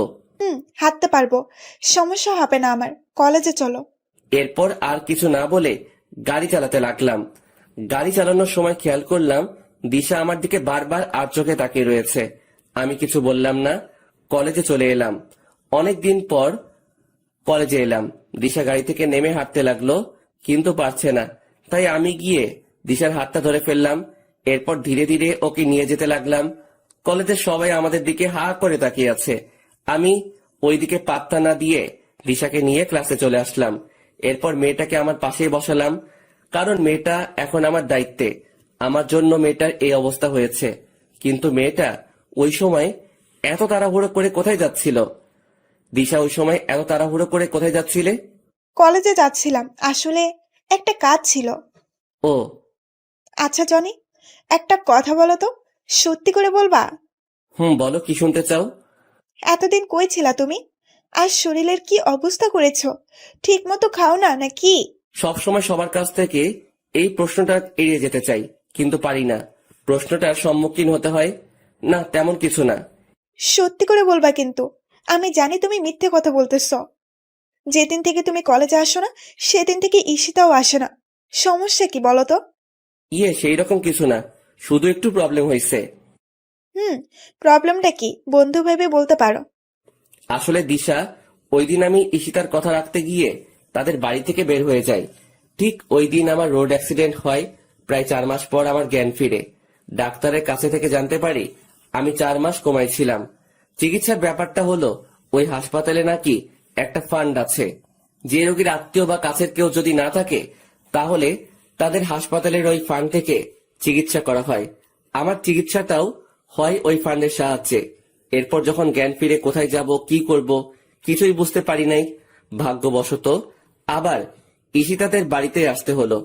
যখন ঈশিতাদের বাড়িতে ফিরে এলাম, ভাবলাম এই কয়েকদিনে হয়তো আমার জন্য ঈশিতার মনে একটু হলেও মায়া জন্মাবে। কিন্তু তার হলো কই? সে আগের মতো ঈশিতার কাছ থেকে অবহেলা পেলাম। কথাগুলো বলে একটা দীর্ঘশ্বাস ফেললাম। দিশার দিকে তাকিয়ে দেখি তার মুখটা কেমন মলিন হয়ে আছে। বুঝতে পারলাম আমার কথা শুনে হয়তো একটু কষ্ট পেল। আচ্ছা জনি, ঈশিতা তোমাকে এত কষ্ট দেয়, এত অবহেলা করে, এত অপমান করে, তবুও তুমি কিছু বলো না কেন? ভালোবাসি তাই কিছু বলতে পারি না। ঈশিতার ভালোবাসা না পেলে কি হবে? তার দেওয়া অবহেলাগুলো উপহার হিসেবে গ্রহণ করি। বুঝলাম। ঈশিতাকে ভালোবেসে তুমি অনেক কষ্ট পাচ্ছ, কিন্তু তোমাকে ভালোবেসে আরেকজন কষ্ট পাচ্ছে। না পারছে তোমাকে তার মনের কথা বলতে, না পারছে ভুলে যেতে। মানে কি? তোমার কথার কিছুই বুঝলাম না। না, কিছুই না। এইভাবে কথায় কথায় ক্লাসগুলো শেষ হয়ে যায়। এরপর দিশাকে ওদের বাড়ি পৌঁছে দিয়ে আমি বাড়ি চলে আসলাম। এরপর ফ্রেশ হয়ে খেয়ে একটু ঘুমিয়ে নিলাম। ঘুম থেকে উঠলাম প্রায় সন্ধ্যায়। ফ্রেশ হয়ে নিচে আন্টি রুমে গেলাম। আন্টি, আসবো? বাবাই, কিছু বলবি? আন্টি, বলবো। আঙ্কেলকে বলে দিও আমি এই কয়েকদিন অফিস যেতে পারবো না, সামনে পরীক্ষা আছে। আচ্ছা, বলবো। আন্টি, ঈশিতা কোথায়? ওর রুমে নাকি? না, ঈশিতা এখনো অফিস থেকে আসে নাই। মানে, বলো কি? প্রায় রাত হয়ে এলো, কিন্তু ঈশিতা এখনো বাড়িতে আসলো না। অফিস তো সে কখন শেষ হয়ে যায়। কি জানি বাবা, মেয়েটা আজকে এত দেরি করছে কেন? আমার খুব চিন্তা হচ্ছে। আচ্ছা দাঁড়াও, আমি খবর নিচ্ছি। এরপর আমার রুমে এসে রাকিবকে ফোন দিলাম। হ্যালো, কেমন আছিস দোস্ত? এই তো ভালো। তুই কেমন আছিস? আমিও ভালো আছি। আচ্ছা দোস্ত, অফিস কি ছুটি? অফিস তো সেই কখন শেষ হয়ে গেছে। কেন রে, কি হয়েছে? আরে, ঈশিতা এখনো বাড়িতে ফিরে নাই। বলিস কি? দেখ, ম্যাম হয়তো অন্য কোনো কাজে ব্যস্ত আছে। আচ্ছা দোস্ত, তাহলে রাখি। তোর সাথে আবার পরে কথা হবে। আচ্ছা, ঠিক আছে, ভালো থাকিস। এই বলে মোবাইলটা কেটে দিলাম। কি করি এখন? ঈশিতার নাম্বারটা বউ দিয়ে সেভ করা আছে, কিন্তু কোনো দিন ফোন দেওয়া হয়নি। আর কোনো কিছু না ভেবে ফোন দিলাম, কিন্তু ফোন তুলছে না। এইভাবে 6 বার ফোন দিলাম, তবুও ফোনটা ধরলো না। আমার চিন্তা আরো বেড়ে গেল, তাই আবার ফোন দিলাম। এইবার ঈশিতা কলটা ধরলো। ওই ছোট লোকের বাচ্চা, বারবার ফোন দিস কেন? আপনি কোথায়? তাড়াতাড়ি বাড়িতে আসেন, আন্টি আপনার জন্য চিন্তা করছে। তোকে বলতে যাব কেন? আমি আমার বয়ফ্রেন্ডের সাথে আছি, আর ডিস্টার্ব করবি না আমাকে। যত সব ছোট লোক কোথাকার। ঈশিতার কথা শুনে আমার পায়ের নিচের মাটি সরে গেল। ঈশিতার বয়ফ্রেন্ড আছে ভাবতেই চোখ দুটো ভিজে গেল পানিতে। বুক ফেটে কান্না আসছে। আমার ভালোবাসা কখনো ঈশিতা বুঝলো না, শুধু অবহেলাই করে গেল। তবে কি ঈশিতাকে আমার নিজের করে আর কখনো পাবো না? কখনো কি আর হবে না ঈশিতার ভালোবাসা পাওয়া? অনেক কান্না করলাম। ভালোবাসার মানুষটির অবহেলা মৃত্যুর সমান। কান্না করতে করতে কখন ঘুমিয়ে পড়েছি ঠিক মনে নেই। ঘুম থেকে উঠে ফ্রেশ হয়ে নিলাম। বারবার শুধু ঈশিতার কথাগুলো মনে পড়ছে। তবে কি চিরতরে হারাতে হবে ঈশিতাকে?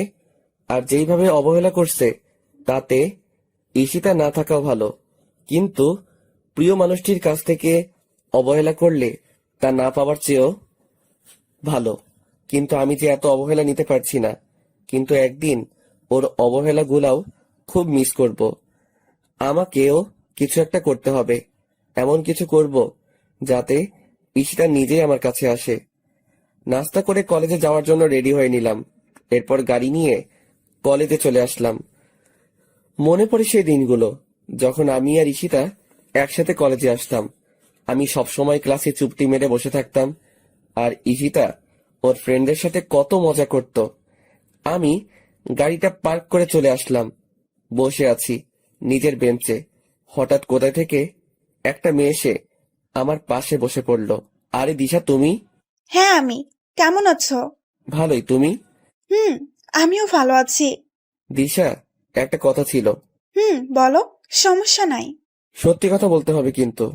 আরে বাবা, সত্যি বলবো। আচ্ছা, ঈশিতার কি কোনো বয়ফ্রেন্ড আছে? তুমি কি জানো?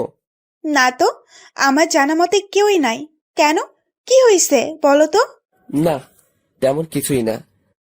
বুঝলাম, তেমন কিছু না। তবুও বলো তুমি। আসলে ঈশিতা আমাকে কালকে বলল ওর নাকি বয়ফ্রেন্ড আছে। আরে বলো কি, আমাকে তো কখনো বলে নাই। আর তুমি থাকতে অন্য কোনো ছেলে কেন থাকবে? তুমি না ওর স্বামী? দিশা, তুমি তো জানো আমি ওর নামের স্বামী, অধিকারে না। জনি, তোমাকে একটা কথা বলবো, রাখবা আমার কথা? আচ্ছা বলো, কি করতে হবে? না, আগে আমাকে কথা দিতে হবে। আচ্ছা দিলাম, এখন তো বলো। চলো না, আমরা আজকে ক্লাস না করে ঘুরবো। অনেক দিন হলো যায় না। চলো না প্লিজ। কিন্তু ক্লাস? তুমি কিন্তু কথা দিয়েছো, যেতে তো হবেই। কি আর করা যায়, কথা যখন দিয়ে দিয়েছি তাহলে কথা মতো কাজ করতে হবে। এরপর গাড়ি নিয়ে আমি আর দিশা বেরিয়ে পড়লাম। উদ্দেশ্য নদীর পাড়ে যাব। এরপর আমরা আমাদের গন্তব্যস্থলে চলে গেলাম। বসে আছি নদীর পাড়ে একটা গাছের নিচে। কি সুন্দর প্রকৃতি, যার বর্ণনা দিয়ে শেষ করা যায় না। দিগন্ত বিস্তৃত নদী, নদীর ওপরে সারি সারি গাছ, চারিদিকে হালকা রোদের তাপ, আর দক্ষিণের বাতাস এসে মনে দোলা দিয়ে যাচ্ছে। সব মিলিয়ে একটা মনোমুগ্ধকর পরিবেশ। জনি, কি ভাবো? এই যে কত সুন্দর প্রকৃতি, দিগন্ত বিস্তৃত নদী, এর পারে আমরা দুইজন পাশাপাশি একটা গাছের নিচে বসে আছি। এই সময়টা আরো সুন্দর হয় যখন প্রিয় মানুষটি পাশে থাকে। কিছু বললাম না, চুপচাপ করে বসে রইলাম। কি হয়েছে, বসে আছো যে? কথা বলো না কেন? না, এমনিতেই। আচ্ছা, তুমি কি এখনো ঈশিতাকে ভালোবাসো? বাসি তো, আগের মতোই ভালোবাসি। তুমি কাকে ভালোবাসো বললে না তো? হুম, আমিও একজনকে খুব ভালোবাসি। তবে বলতে পারছি না, কারণ ওর যে এখন বউ আছে। ও মা, বলো কি? তাহলে কে সে? আচ্ছা দাঁড়াও। এই কথা বলে ঈশিতা তার ব্যাগ থেকে একটা গোলাপ ফুল বের করলো এবং আমার সামনে হাঁটু গেড়ে বসে পড়লো। হবে কি তুমি আমার রাত জাগার কারণ? হবে কি তুমি আমার স্বপ্ন দেখার কারণ? জানো, তোমাকে আমি সেই ছোট থেকেই ভালোবাসতাম। যেদিন ঈশিতার সাথে তোমাকে প্রথম দেখেছি, সেদিন থেকে তোমাকে ভালোবেসে ফেলেছি। শুধুমাত্র ঈশিতার জন্য কোনোদিন বলে উঠতে পারি নাই। প্লিজ ফিরিয়ে দিও না। খুব ভালোবাসি তোমাকে। জানো, ঈশিতা যেই দিন তোমাকে কলেজের সবার সামনে অপমান করত, সেদিন আমি মুখ বুজে কান্না করতাম। ঈশিতা তো তোমাকে আর ভালোবাসে না, আর ওর বয়ফ্রেন্ডও আছে। তাহলে আমাকে ফিরিয়ে দিও না প্লিজ। আমি মুচকি হেসে দিশা নিচু থেকে উঠিয়ে পাশে বসালাম, ফুলটাও নিলাম। দিশা, তুমি তো জানো আমি ঈশিতাকে ভালোবাসি। আর যদি ভালো না বাসতাম তাহলে এত অবহেলা কষ্টের মাঝে ওর কাছে পড়ে থাকতাম না। আর তোমার এইগুলা ভালোবাসা না, সব আবেগ। দেখবে সব আগের মতো ঠিক হয়ে যাবে। দেখবে আমার থেকে আরো 1000 গুণ ভালো ছেলে আসবে।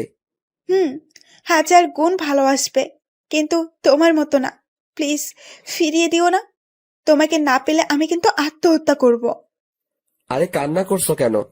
আর আত্মহত্যা করতে হবে না, তবে আমাকে কিছুদিন সময় দিতে হবে। তুমি তো জানো আমি কত ডিপ্রেশনে আছি। আমাকে কিছুদিন সময় দিতে। এই কথা বলার সাথে সাথে মেয়েটা আমাকে জড়িয়ে ধরলো। আমি শুধু মুচকি হাসলাম আর ওর মাথায় হাত রাখলাম। বুঝলাম না, আমি তো এখনো হ্যাঁ বলি নাই, এতেই এত খুশি? মেয়েটা খুব ইমোশনাল। এরপর আমার থেকে দিশাকে ছাড়িয়ে দিলাম। আচ্ছা দিশা, তুমি কি আমাকে পাবে? আমার তো মনে হয় আমাদের ভালোবাসা পূর্ণতা পাবে না। সব ভালোবাসা কি পূর্ণতা পায়? কিছু কিছু ভালোবাসা অসম্পূর্ণ রয়ে যায়। আমাদেরটাও না হয় অপূর্ণ থাকবে। আর আমার পাগলটাকে না হয় সারা জীবন দূর থেকেই ভালোবেসে যাব। তবে যেই কয়দিন আছি তোমার সাথেই থাকতে চাই। বুঝলাম। আচ্ছা দিশা, আমাকে এখন উঠতে হবে। চলো। এরপর আমি দিশাকে ওদের বাড়িতে পৌঁছে দিলাম। আমি কিন্তু তোমার উত্তরের অপেক্ষায় আছি, তবে উত্তরটা কিন্তু হ্যাঁ হতে হবে। Okay bye, see you tomorrow. Okay bye. এরপর আমি বাসায় চলে আসলাম। ফ্রেশ হয়ে দুপুরে খেয়ে শুয়ে পড়লাম, কিন্তু ঘুম আসছে না। কি করব ঠিক বুঝতে পারছি না। একদিকে ঈশিতাকে বলতে পারবো না, অন্যদিকে দিশাকেও কষ্ট দিতে পারবো না। চরম একটা পরীক্ষার সম্মুখীন হলাম। ঈশিতাকে বলতে পারবো না আর দিশাকে কষ্ট দিতে পারবো না, কারণ প্রিয় মানুষটি অবহেলা করলে তা কত কষ্টের আমি বুঝি। কিন্তু আমি তো ঈশিতাকে ছাড়তে পারবো না, আবার দিশাকেও কষ্ট দিতে পারবো না। ঘুম আসছেই না, তাই উঠে গেলাম। ধীরে ধীরে ঈশিতার রুমের দিকে এগোতে লাগলাম। ও রুমের সামনে দাঁড়িয়ে আছি, কিন্তু নক করতে ভয় করছে। তবুও নক করলাম। ঈশিতা, আসবো? আয়। আর আমার নাম ধরে আর কখনো ডাকবি না। আজকে মনটা একটু ভালো আছে, তাই এরকম ব্যবহার করছি। বেশি বাড়াবাড়ি করলে কিন্তু তোর অবস্থা খারাপ করে দিব। আমি দরজায় এসে ভাবতে লাগলাম, আমাকে অবহেলা করে ওনার মনটা ভালো আছে। আসলে এই পৃথিবীর মানুষগুলো বড়ই আজব। ওই, কি হয়েছে? দাঁড়িয়ে আছিস কেন? আর কি বলবি তাড়াতাড়ি বল। না মানে একটা কথা ছিল, যদি কিছু মনে না করেন তাহলে বলতে পারি। এত ন্যাকামো না করে কি বলবি বল। আপনি কেন এইরকম করেন আমার সাথে? আমি তো আপনার স্বামী। আমার দোষটা কি? কারণে আমাকে প্রতিনিয়ত অবহেলা করে যাচ্ছেন? কেন বারবার কষ্ট দিচ্ছেন? কোন পাপের শাস্তি দিচ্ছেন আমাকে? আমি তোর এত প্রশ্নের উত্তর দিতে বাধ্য নই। আর তোকে আমি আগেই বলেছি, আমি তোকে ভালোবাসি না। তোকে দেখলে আমার ঘৃণা হয়। এই বাড়িতে শুধু আব্বু আম্মুর জন্য তোকে রেখেছি। যেইভাবে আছিস সেভাবেই থাক। আমার কাছে স্বামীর অধিকার নিয়ে আসবি না। এখন আমার রুম থেকে চলে যা, আমাকে আর ডিস্টার্ব করবে না। যত সব ছোট লোক আসছে আমার কাছে ভালোবাসা পেতে। চলে যাচ্ছি, তবে এই রুম থেকে নয়, এই বাড়ি থেকে একদিন চলে যাব। চিরতরের জন্য চলে যাব। কোনো ছোট লোক আর আপনার কাছে আসবে না স্বামীর অধিকার চাইতে। কেউ আর বলবে না ভালোবাসি আপনাকে।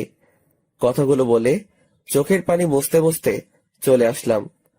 এরপর আন্টি রুমে গেলাম। আন্টি, আসবো? বাবা আয়। কিচ্ছু বলবি? আন্টি, তোমার অনুমতি ছাড়া আমি এই কাজ করতে পারবো না। আচ্ছা বল কি কথা। আর অনুমতি তো অবশ্যই দিব। আসলে আন্টি, আমি আর ঈশিতার অবহেলা নিতে পারছি না। একটু মুক্তি পেতে চাই এই মায়াজাল থেকে। বাঁচতে চাই নিজের মতো করে। গড়তে চাই আমার একটা নিজস্ব পৃথিবী, যে পৃথিবীতে থাকবে না কোনো অবহেলা, থাকবে না প্রিয় মানুষটির দেওয়া কষ্ট। তাই আন্টি, আমি দেশের বাইরে যেতে চাই। তুমি প্লিজ না করো না। আমার সুখের কথা ভেবে অনুমতি দাও প্লিজ। আরে বোকা, দেশের বাইরে যাবি, সমস্যা কি তাতে? আমিও চাই না তুই আর কোনো কষ্ট পাস।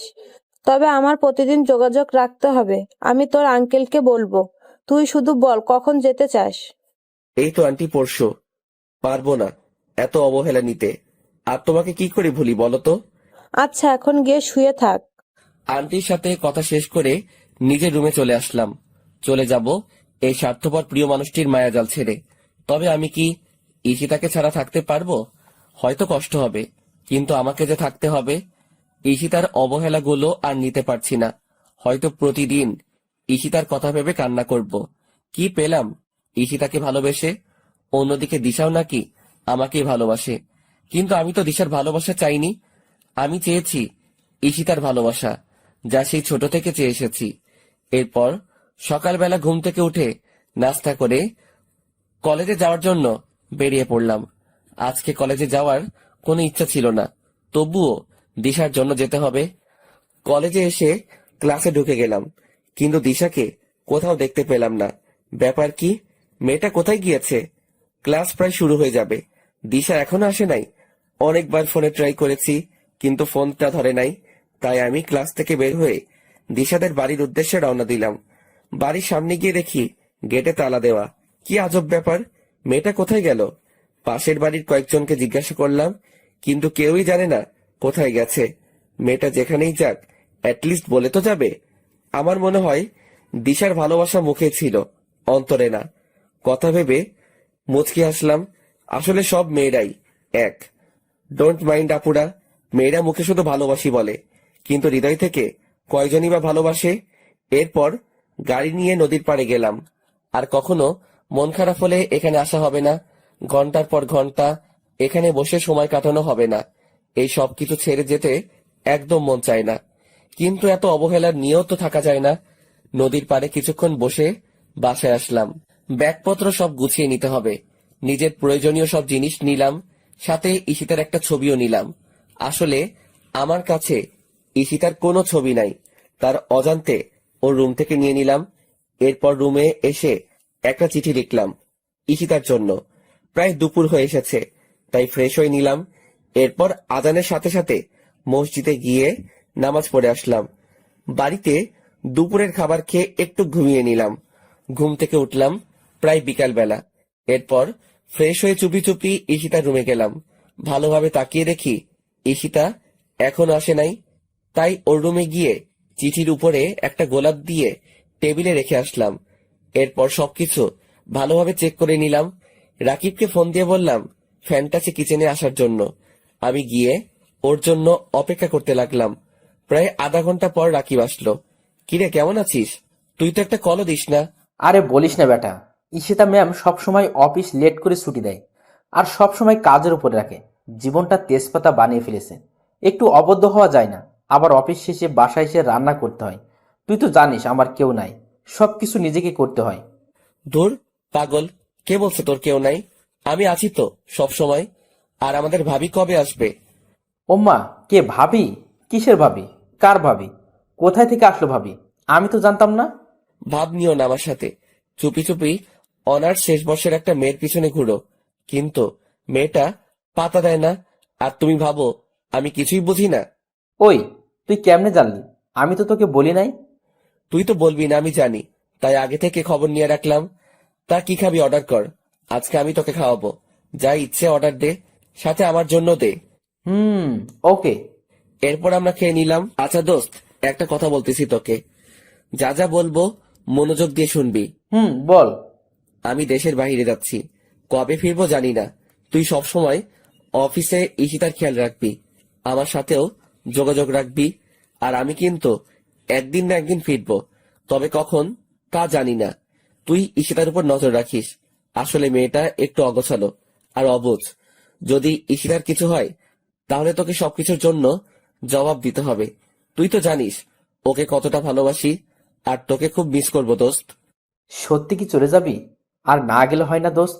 এই পৃথিবীতে আমার মা বাবা আর আপন বলতে কেউ নেই।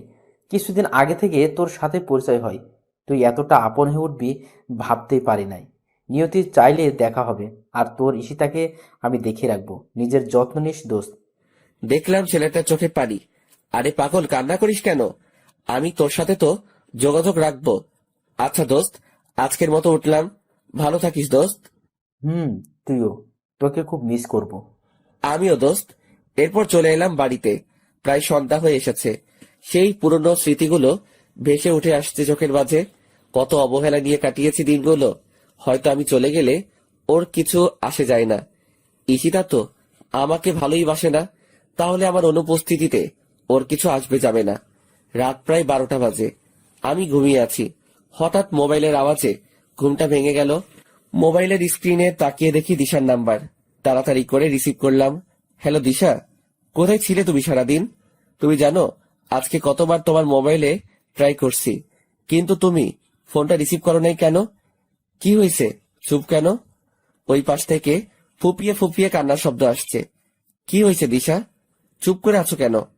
তোমার জন্য তোমাদের বাড়িতে গেছি, কিন্তু দরজায় তালা দেওয়া। কোথায় ছিলে? তোমাকে উত্তরটাও দেওয়া হয় নাই। হঠাৎ মোবাইলটা কেটে গেল। বুঝলাম না মেয়েটা হঠাৎ করে কোথায় উধাও হয়ে গেল। আবার ফোন দিয়ে কান্না করছে, কিন্তু কোনো কথা বলছে না। মেয়েটা এমন কেন করলো? এরপর আবার ঘুমিয়ে গেলাম। কালকে সকাল 8:30 ফ্লাইট, তাড়াতাড়ি উঠতে হবে। খুব সকালবেলায় ঘুমটা ভাঙলো। আমি তাড়াতাড়ি উঠে ফ্রেশ হয়ে নামাজ পড়তে চলে গেলাম। নামাজ পড়ে বাড়িতে ফিরে আসলাম। আন্টি রুমের পাশ দিয়ে উপরে যাওয়ার সময় আন্টি আমাকে ডাক দিলেন। আমি গিয়ে আন্টির পাশেই বসলাম। আন্টি এখনো নামাজের বিছানায় বসে আছে। আমি ওনার কাছে গিয়ে বসাতে আন্টি আলতো করে আমার কপালে একটা চুমু দিলেন। আন্টি কিছু বলবে নাকি? বাবা, চলে তো যাচ্ছিস আমাদের ছেড়ে। শেষবারের মতো না হয় খাইয়ে দেই নিজের হাতে তোকে। আর কখনো সময় হবে কিনা জানি না। কি খাবি না? খাবো তো, তুমি নিয়ে আসো, আমি এইখানে আছি। মুচকি এসে বললাম। এরপর আন্টি আমাকে নিজেদের খাইয়ে দিলেন। আমি চুপচাপ সবগুলো খেয়ে নিলাম। আর কখনো খাওয়া হবে কিনা জানি না। খেয়ে চলে আসলাম। এরপর সবকিছু ভালোভাবে প্যাক করে নিলাম। প্রায় 7:30 বেজে গেছে। আমি ধীরে ধীরে ঈশিতার রুমের দিকে গেলাম। অবাক হওয়ার বিষয়, ওর রুমের দরজাটা খোলা। আমি হালকা উকি দিলাম। ঘরে তো কেউই নাই। চিঠিটা এখনো টেবিলের উপর পড়ে আছে। শেষবারের মতো ঈশিতাকে দেখা হলো না। এরপর আমি ঈশিতার সাথে দেখা না দিয়ে গাড়ি নিয়ে এয়ারপোর্টের উদ্দেশ্যে বেরিয়ে পড়লাম। আমার সাথে আন্টি আঙ্কেল যাচ্ছেন আমাকে এগিয়ে দিতে। খেয়াল করলাম আন্টি পুরো রাস্তা মন খারাপ করে রয়েছেন। গাড়ি এসে থামলো এয়ারপোর্টের সামনে। এরপর আমি আঙ্কেলের থেকে সবকিছু বুঝে নিলাম। আমি আসার সময় আন্টি অনেক কান্না করতে লাগলো। আন্টি, তুমি যদি এইরকম কান্না করো তাহলে আমি কিভাবে যাব? এরপর আন্টি চোখের পানি মুছে নিলেন। আমি গিয়ে আন্টিকে বললাম, সময় মতো ওষুধ খাবে, নিজের প্রতি যত্ন নিবে, আঙ্কেলকে দেখে রাখবে। আর আমি তোমার সাথে প্রতিদিন কথা বলবো, তবে ঈশিতা যেন না জানতে পারে। আমার কথা শুনে আন্টি শুধু মাথা নাড়ালো। এরপর আমি ওদের কাছ থেকে বিদায় নিয়ে এয়ারপোর্টে ঢুকে পড়লাম। আবার কখন দেখা হবে জানা নেই। নিজের অজান্তেই চোখ ভিজে এলো। প্রিয় মানুষগুলো, প্রিয় দেশটি ছেড়ে চলে যেতে হবে বিদেশে। এরপর ঠিক সময় প্লেন টেক অফ করলো। তখন মন চাইছে প্লেনের জানালা ভেঙে নেমে যাই, কিন্তু তখন তো আর কোনো পথ খোলা ছিল না। এরপর তো তুমি সবই জানো অর্পা, আমার ইংল্যান্ডে আসা, তোমার সাথে পরিচয় হওয়া, পরিচয় থেকে বন্ধুত্ব। তুমি আমাকে কতটা ভালোবাসো ঠিক অনুভব করতে পারছি না। হয়তো আমি ঈশিতাকে যতটুকু ভালোবাসি তার থেকেও বেশি ভালোবাসি, আবার এর থেকে কমও হতে পারে। তুমি জানো অর্পা, আমার প্রতিটা মুহূর্তে ঈশিতার কথা মনে পড়তো। খেয়াল করে দেখলাম মেয়েটা কান্না করছে আমার কথাগুলো শুনে। ওকে সান্ত্বনা দেওয়ার ভাষা আমার নেই। হঠাৎ অর্পা চোখ মুছে আমাকে হাসি মুখে বলল, কি হয়েছে? কেকটা কাটবে না নাকি খালি পেটে থাকতে হবে? নাও, তাড়াতাড়ি করো। এরপর আমি কেকটা কাটলাম আর বলতে লাগলাম, happy birthday to you, happy birthday dear Ishita. এরপর কেকটা একটু অর্পাকে খাইয়ে দিলাম। আমি আর নিজেকে সামলাতে পারছি না, বুক ফেটে কান্না আসছে। তাই আমি অর্পাকে ছাদে রেখেই নিচে চলে আসলাম। আজকে ঈশিতার জন্মদিন ছিল। এদেশের মাটিতে প্রায় 5 বছর পার করে ফেললাম। প্রতি বছর ঈশিতার জন্মদিন পালন করতাম আমি। অর্পা মেয়েটা হচ্ছে আমার কলিগ, আমরা একই অফিসে কাজ করি। মেয়েটাও বাঙালি। অর্পা এই দেশে আসে ওর আব্বু আম্মুর কারণে। ওদের মধ্যে নাকি মিল নেই, সারাদিন নাকি ঝগড়া করে। তাই অর্পা রাগ করেই ওদের ছেড়ে এখানে চলে আসে। বাঙালি হওয়ায় মেয়েটার সাথে বন্ধুত্ব করে নিলাম। এরপর থেকে নাকি মেয়েটা আমাকে ভালোবেসে ফেলে। আমি জানি প্রিয় মানুষটিকে না পেলে কত কষ্টে থাকতে হয়। যদি আমার কোনো পিছুটান না থাকতো তাহলে আমি অর্পাকে আপন করে নিতাম। প্রতি বছর ঈশিতার জন্মদিন পালন করার সময় অর্পা আমার কাছ থেকে আমার আর ঈশিতার গল্পটা শুনতে চাইতো। তাই আমি আমার জীবনের সব ঘটনা বললাম ওকে। আমার কথা শুনে অর্পা একদম কান্না করে দিল। এরপর আমিও রুমে এসে অনেক কান্না করলাম। ঈশিতার সাথে দেখা হবে কিনা জানি না। এরপর দরজা ওপাশ থেকে অর্পা আমাকে ডাকতে লাগলো, এই জনি, দরজা খুলো। কি হয়েছে তোমার? ছাদ থেকে এভাবে চলে আসলে কেন? তাড়াতাড়ি দরজা খুলে বলছি। তোমার জন্য নিজ হাতে রান্না করে এনেছি, তুমি খাবে না? দরজা খুলে বলছি। আমি খাবো না অর্পা, আমার খিদা নেই, তুমি এখন যাও। ওই, তোকে বলছি না দরজা খুলতে? তাড়াতাড়ি দরজা খুলে দে, না হয় তোর মাথা পাঠাবো। আমি ভয়ে তাড়াতাড়ি দরজাটা খুলে দিলাম। কি মেয়ে রে বাবা, আমাকে সামান্য জিনিসের জন্য ঝাড়ি দেয়। ওই, তোমার সমস্যা কি? খাবে না কেন? তোমার জন্য এত কষ্ট করে রান্না করলাম, এখন তুমি কি চাও আমি এইগুলো ফেলে দেই? না, তার আর দরকার হবে না, তুমি খাবার দাও, আমি খেয়ে নিচ্ছি। জনি, একটা কথা বলি, রাখবা প্লিজ? আরে বলো, সমস্যা নাই, আমি তোমার কথা রাখবো। আর বেস্ট ফ্রেন্ডের কথা কি ফেলা যায়? আমি তোমাকে খাইয়ে দেই প্লিজ, শুধু আজকের জন্য। আর কখনো তো সুযোগ হবে না, শুধু একটা বার প্লিজ। কি দিবে না? দাও, সমস্যা নাই। এরপর অর্পা আমাকে খাইয়ে দিল। মেয়েটা আমাকে এতটা ভালোবাসে আমি ভাবতেই অবাক হচ্ছি। শুধুমাত্র আন্টি ছাড়া আর কেউ আমাকে এইরকম ভালোবাসেনি। আর আজকে অর্পা। খাওয়া শেষ করে উঠে আমি সোফায় বসে রইলাম। এরপর অর্পা এসে আমার পাশে বসলো। জনি, একটা জিনিস চাইবো, দিবা? বলো, কি চাও? আমাকে একবার জড়িয়ে ধরবে প্লিজ? প্রেমিকা হিসেবে না, ফ্রেন্ড হিসেবে প্লিজ। তোমাকে তো আর আমি পাবো না, কিন্তু একটু জড়িয়ে ধরতে পারি। পারো। বলার সাথে সাথেই মেয়েটা এসে আমাকে জড়িয়ে ধরলো আর কান্না করে দিল। আমি কিছু বলছি না, কি বলবো আমি? আমার কাছে কি উত্তর আছে? আমি শুধু অর্পার মাথায় হাত রাখলাম।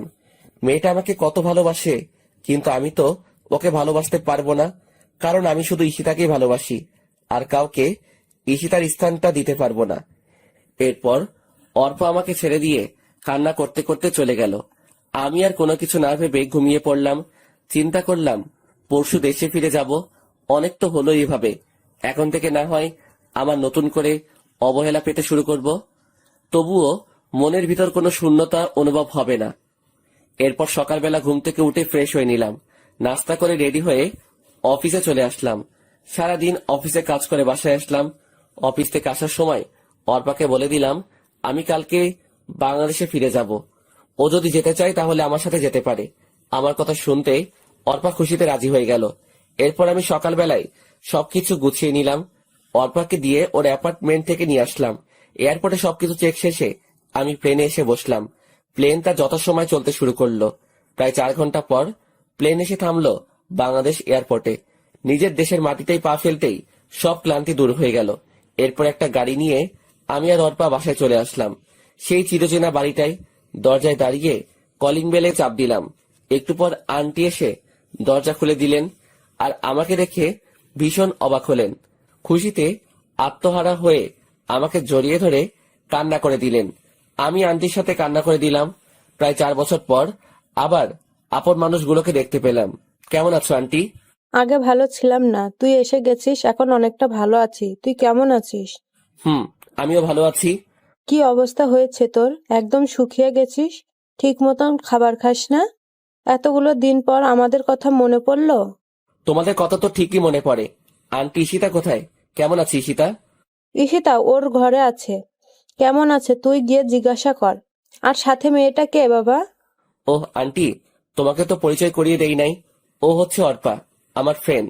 আর অর্পা, উনি হচ্ছে ঈশিতার আম্মু। তোমাকে তো বলেছি। কেমন আছেন আন্টি? আলহামদুলিল্লাহ, ভালোই আছি। তুমি কেমন আছো? জি আন্টি, আমিও ভালো আছি।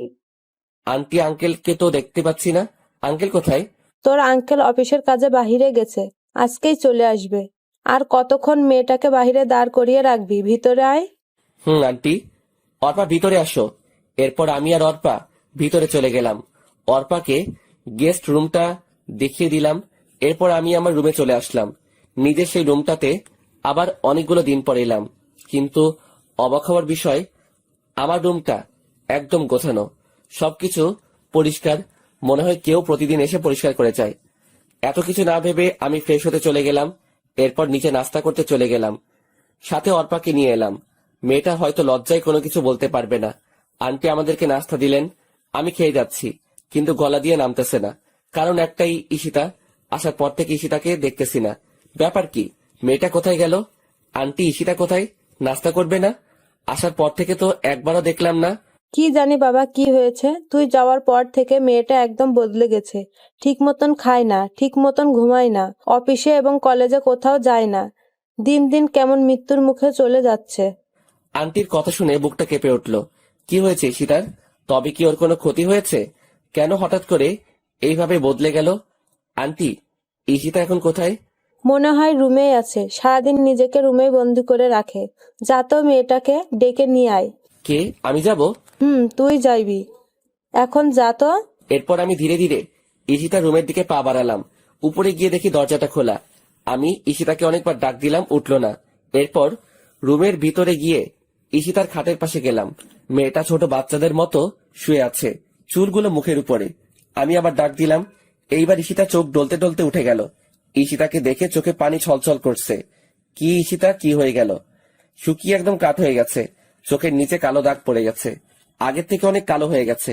আমাকে এইভাবে দেখতে পাবে ঈশিতা কল্পনাও করে নাই। ঈশিতার চোখ অশ্রুতে ভরে গেছে। আজকে অবহেলার প্রতিদানে এই সকল কিছু হচ্ছে। ঈশিতা খাট থেকে নেমে আমার একদম কাছে চলে আসলো, আমাকে জড়িয়ে ধরতে চাইলো, কিন্তু আমি সরে গেলাম। আমার থেকে এইরকম কিছু ঈশিতা আশা করেনি। আমিও ঈশিতার পাশে থাকতে চেয়েছিলাম, কিন্তু ঈশিতা আমার সাথে অনেক খারাপ ব্যবহার করছে, আমাকে প্রতিনিয়ত অবহেলা করে গেছে। এখন এই সবকিছু ঈশিতাকে তিলে তিলে ভুগতে হবে। প্রিয় মানুষটি অবহেলা করলে তা কত কষ্টের ঈশিতাকেও বুঝতে হবে। এখন থেকে আমি অবহেলা করব, আর ঈশিতা সবকিছু সহ্য করবে।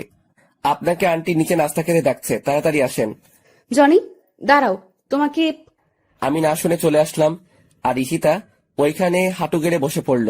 হয়তো বুঝতে পারছে তার কর্মের ফল ভুগছে, কান্না করতে লাগলো। আমি নিচে এসে নাস্তা করতে লাগলাম। এরপর ঈশিতাও এলো। আমি কিছু না বলে চুপচাপ নাস্তা খেয়ে যাচ্ছি, কিন্তু ঈশিতা নাস্তা না করে আমার দিকে তাকিয়ে আছে। ঈশিতাকে কষ্ট দেওয়ার জন্য আমি পুরোটা না খেয়ে চলে আসলাম। আমার এইরকম আচরণে ঈশিতা কষ্ট পেল, পাক না, তাতে আমার কি? আমাকেও তো কম কষ্ট দেয়নি ঈশিতা। এরপর আমি আমার রুমে চলে এলাম। ঈশিতাকে এইভাবে অবহেলা করতে গিয়ে আমি নিজেও অনেক কষ্ট পেলাম, কিন্তু তবুও যে ঈশিতাকে বুঝতে হবে প্রিয় মানুষটির অবহেলা কতটা যন্ত্রণাদায়ক। কিন্তু হঠাৎ করে ঈশিতা এভাবে বদলে গেল কেন? কিছু একটা তো কারণ আছে, জানতেই হবে আমাকে। সেই কারণ, রাতে সেই রকম ঘুম হয় নাই, তাই একটু ঘুমিয়ে নিলাম। ঘুম ভাঙলো দুপুর 12টা 30 মিনিটে। আমার বুকের উপর ভারী কিছু অনুভব করছি। ঘুম থেকে উঠে দেখি ঈশিতা আমাকে জড়িয়ে ধরে ঘুমিয়ে আছে। মেয়েটার কি নিষ্পাপ মুখখানি! আগের কথাগুলো মনে পড়ে গেল। আমি ঘুমের মধ্যেই ঈশিতাকে এক ঝাটকা দিয়ে বুকের উপর থেকে ফেলে দিলাম। সাথে সাথে ঈশিতার ঘুমটা ভেঙে গেল। আপনি এখানে কি করেন? কেন আসলেন এই রুমে? আবার আমার বুকে মাথা রেখে আমাকে জড়িয়ে ধরে ঘুমিয়েছিলেন। আমার স্বামীকে আমি জড়িয়ে ধরে ঘুমাতে পারি, আমার অধিকার আছে। কিসের স্বামী? হ্যাঁ, কেউ একজন বলেছিল স্বামী ইজ মাই ফুড, আর অধিকারের কথা বলছেন। একদিন আমিও আপনার কাছে স্বামীর অধিকার চাইতাম, কিন্তু আপনি আমাকে শুধু অবহেলা করে আসছেন। কত কষ্ট দিয়েছেন, মনে আছে আপনার? আমার কথাগুলো শুনে ঈশিতা ফুপিয়ে ফুপিয়ে কান্না করতে লাগলো। প্লিজ জনি, এরকম করো না। আমি তোমাকে ভীষণ ভালোবাসি, নিজের থেকেও বেশি। ভালোবাসা? আমি এখন আর আপনাকে ভালোবাসি না।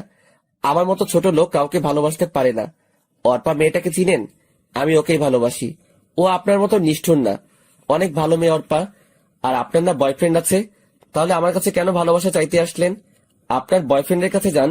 আগে তো আপনি বলতেন আমি যেন এই বাড়ি ছেড়ে চলে যাই। এখন আর আপনাকে বলা লাগবে না, আমি নিজে থেকেই চলে যাব। যদি কখনো ডিস্টার্ব করেন।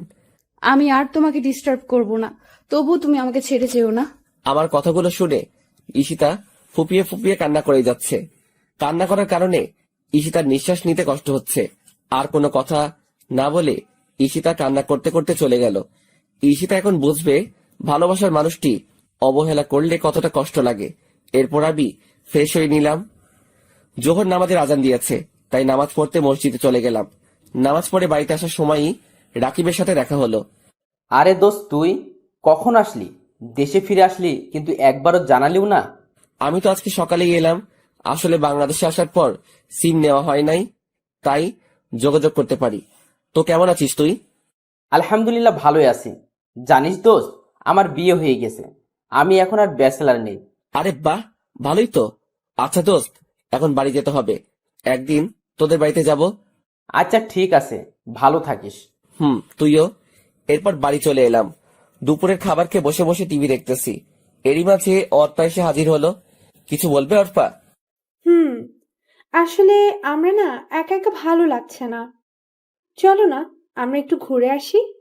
ঘরে বসে থাকতে থাকতে ভালো লাগে না।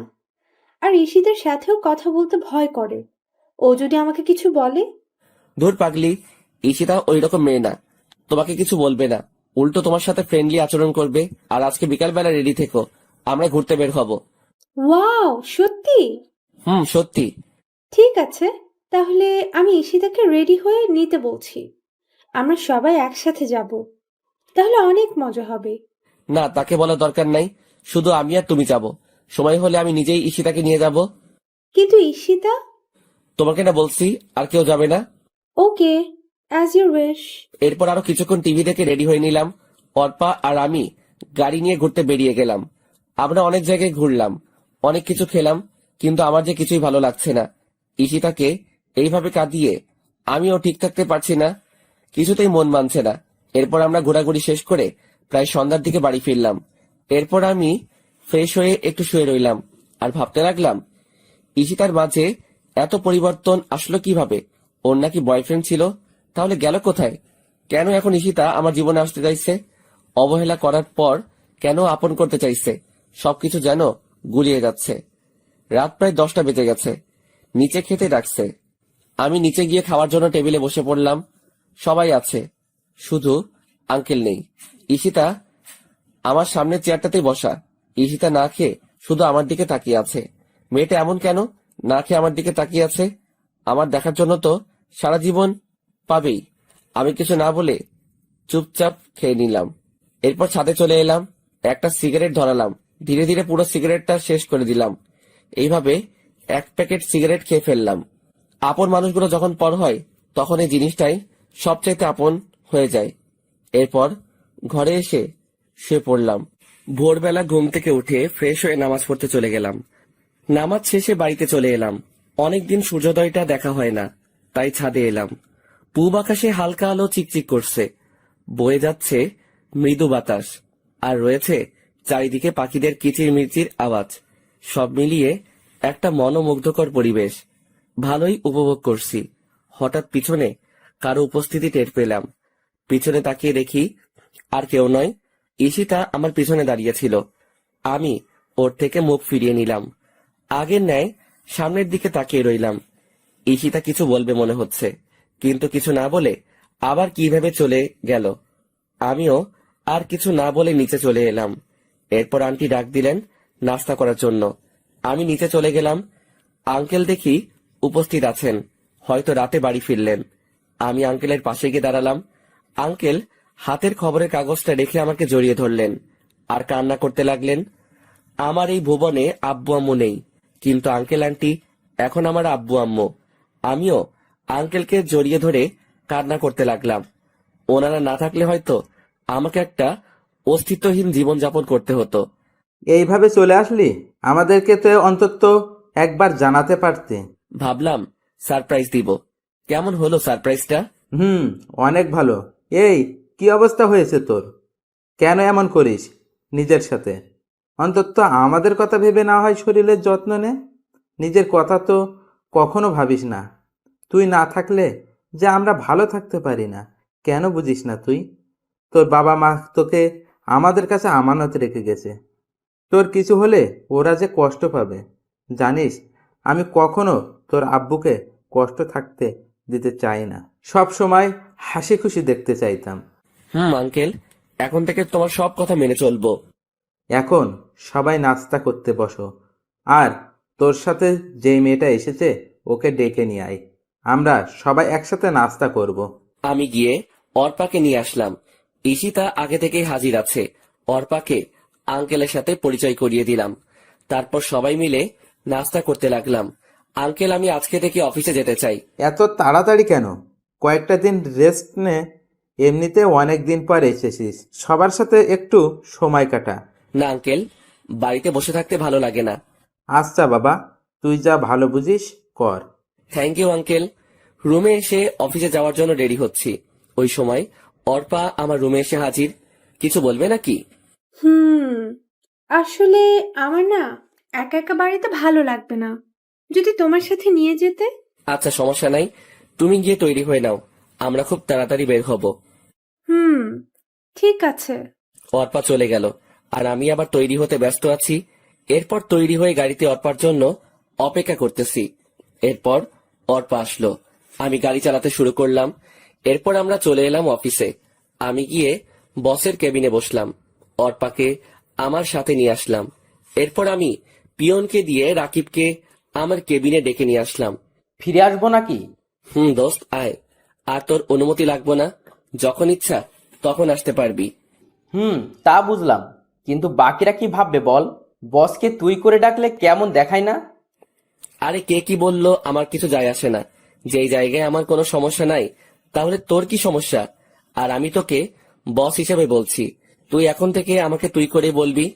আচ্ছা ঠিক আছে, তা কিছু বলবি নাকি? বলবো তো, তাই তো ডাকলাম তোকে। কি কথা ছিল মনে আছে তো? কি কথা ছিল?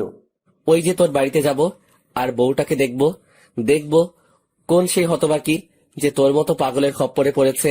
রাকিব মুচকি এসে বলল, সমস্যা কি? তুই বললে এখনই চল, আর দেখে নিস কে আমার খপ্পরে পড়েছে। আরে এখন না, দুপুরে লাঞ্চ টাইমে যাব। এখন তো অফিসে অনেক কাজ আছে। আর পরিচয় হয়ে নে, ও হচ্ছে অর্পা, আমার সাথে বিদেশে আমার কলিগ ছিল। আর অর্পা, ও হচ্ছে আমার ফ্রেন্ড রাকিব। তোমাকে তো ওর কথা বলছি। হাউ ফানি দোস্ত, যার দেশে এত বড় একটা অফিস আছে সে কিনা অন্য একটা অফিসে কাজ করছে। হ্যালো, কেমন আছেন? হাই, আলহামদুলিল্লাহ ভালো আছি ভাইয়া, আপনি কেমন আছেন ভাইয়া? আলহামদুলিল্লাহ ভালো। ওই সাইলেন্সারটার সাথে কিভাবে ফ্রেন্ডশিপ করলেন? সারাদিন তো মন মরা হয়ে বসে থাকতো। আমার মনে হয় বিদেশেও ওই রকম করেছে। ঠিক বলছেন, শুধু কাজের সময় কাজ করতো আর সারাদিন বসে বসে সময় কাটিয়ে দিত।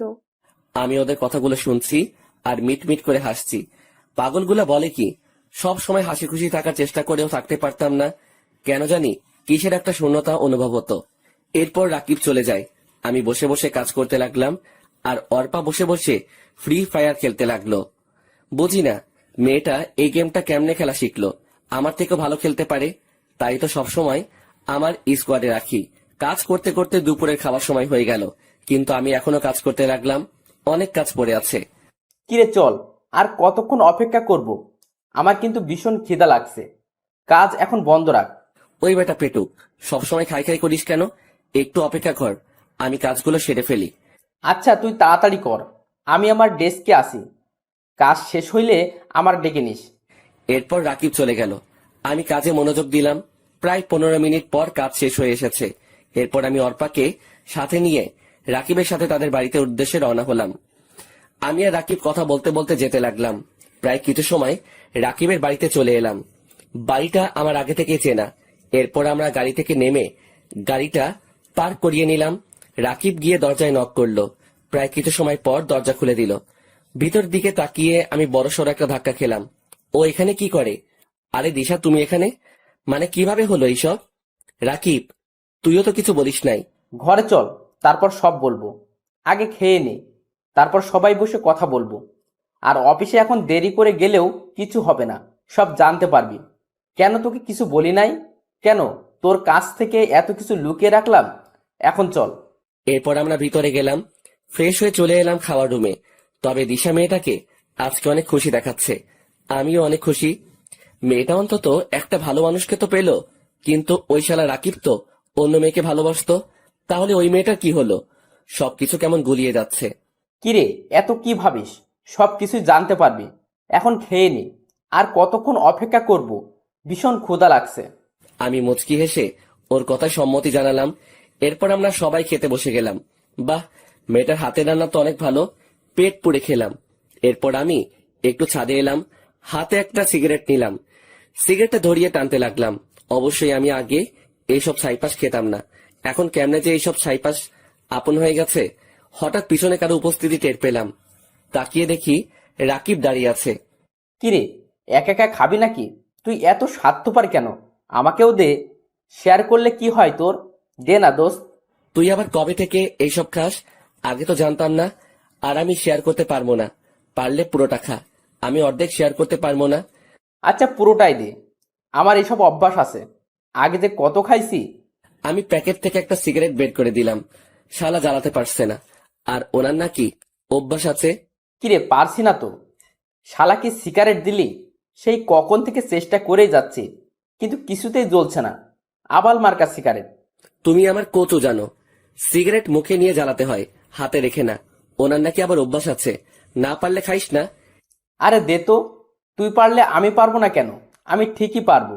তাড়াতাড়ি কর, পরে কিন্তু দিশা চলে আসবে, তখন কিন্তু আমি নিজের দিশাহারা হয়ে যাব। এত ভয় পাইলে খাও কেন? না খেলেই তো চলে।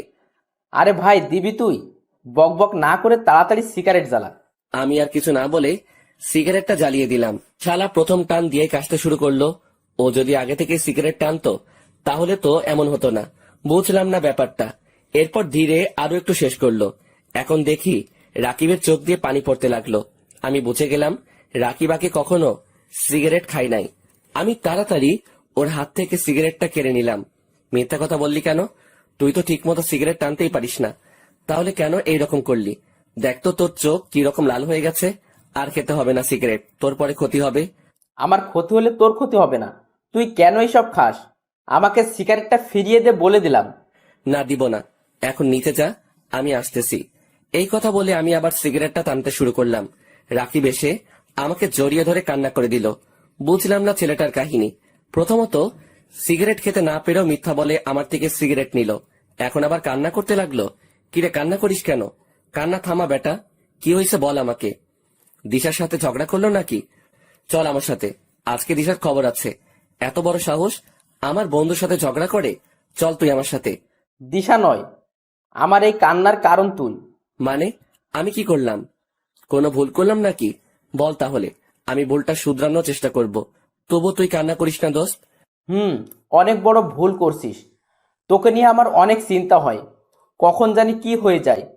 তোকে আমার একটা কথা রাখতে হবে, আমার কসম দিয়ে বললাম।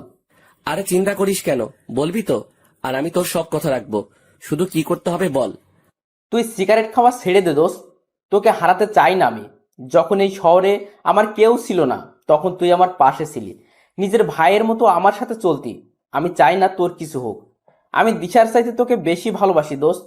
দিশা গেলে ওর মতো আরো অনেক মেয়ে পাবো, কিন্তু তোর মতো বন্ধু পাবো না। আর আমি দিশাকে ভালোবাসি না যে তাও না, আমি দিশাকে অনেক ভালোবাসি, কিন্তু তোর থেকে কম। আর আমি কখনো সিগারেট খাই নাই। সিগারেট ধোয়া আমার নাকে লাগলেই চোখ লাল হয়ে যায়, এরপর চুলকাতে শুরু করে।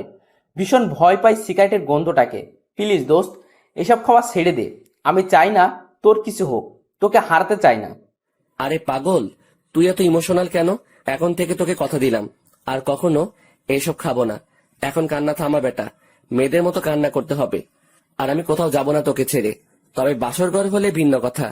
আমার কথা শুনে রাকিব আওয়াজ করে হেসে দিল। আমি রাকিবকে হাসানোর জন্যই এই কথা বলেছি। এরপর সিগারেটটা ফেলে দিয়ে রাকিবকে নিয়ে নিচে চলে আসলাম। এরপর দুইজন পাশাপাশি ভালোভাবে ফ্রেশ হয়ে নিলাম, যাতে সিগারেট গন্ধ আমাদের শরীরে না থাকে। এরপর সবাই মিলে ড্রয়িং রুমে বসে পড়লাম। অর্পাও ছিল আমাদের সাথে। রাকিব বলতে শুরু করলো, তুই বিদেশ যাওয়ার 2 দিন আগে আমি অফিসে বসে দিশার ফটোগুলো দেখতেছি। ওই সময় ঈশিতা ম্যাম আমাকে তার কেবিনে যেতে বলল। আমিও চলে গেলাম ম্যামের কেবিনে। যখন ভিতরে গেলাম তখন ঈশিতা ম্যাম আমাকে বলল, রাকিব সাহেব, আপনি অফিস টাইমে কার ফটো দেখতেছেন? মেয়েটাকে? আপনি কিভাবে দেখলেন ম্যাম? আমি সিসি ক্যামেরায় দেখেছি। ভয় নেই, বলেন মেয়েটা আপনার কি হয়? আমি কিছু মাইন্ড করব না। আর আপনি না দাঁড়িয়ে থেকে বসেন, আর এই নেন টিস্যু। এই এসির মধ্যেও ঘামাচ্ছেন কেন? বললাম তো ভয় পেতে হবে না, ফ্রেন্ড হিসেবে বলুন। আসলে আমি ওই মেয়েটাকে ভীষণ ভালোবাসি, কিন্তু কখনো বলে উঠতে পারিনি। আর কখন বলতে পারবো কিনা জানি না। তখন ঈশিতা ম্যাম আমার হাত থেকে মোবাইলটা নিয়ে দিশার ফটোগুলো দেখতে লাগলো। এরপর ঈশিতা ম্যাম বলল, আমি যা ভেবেছিলাম তাই হলো।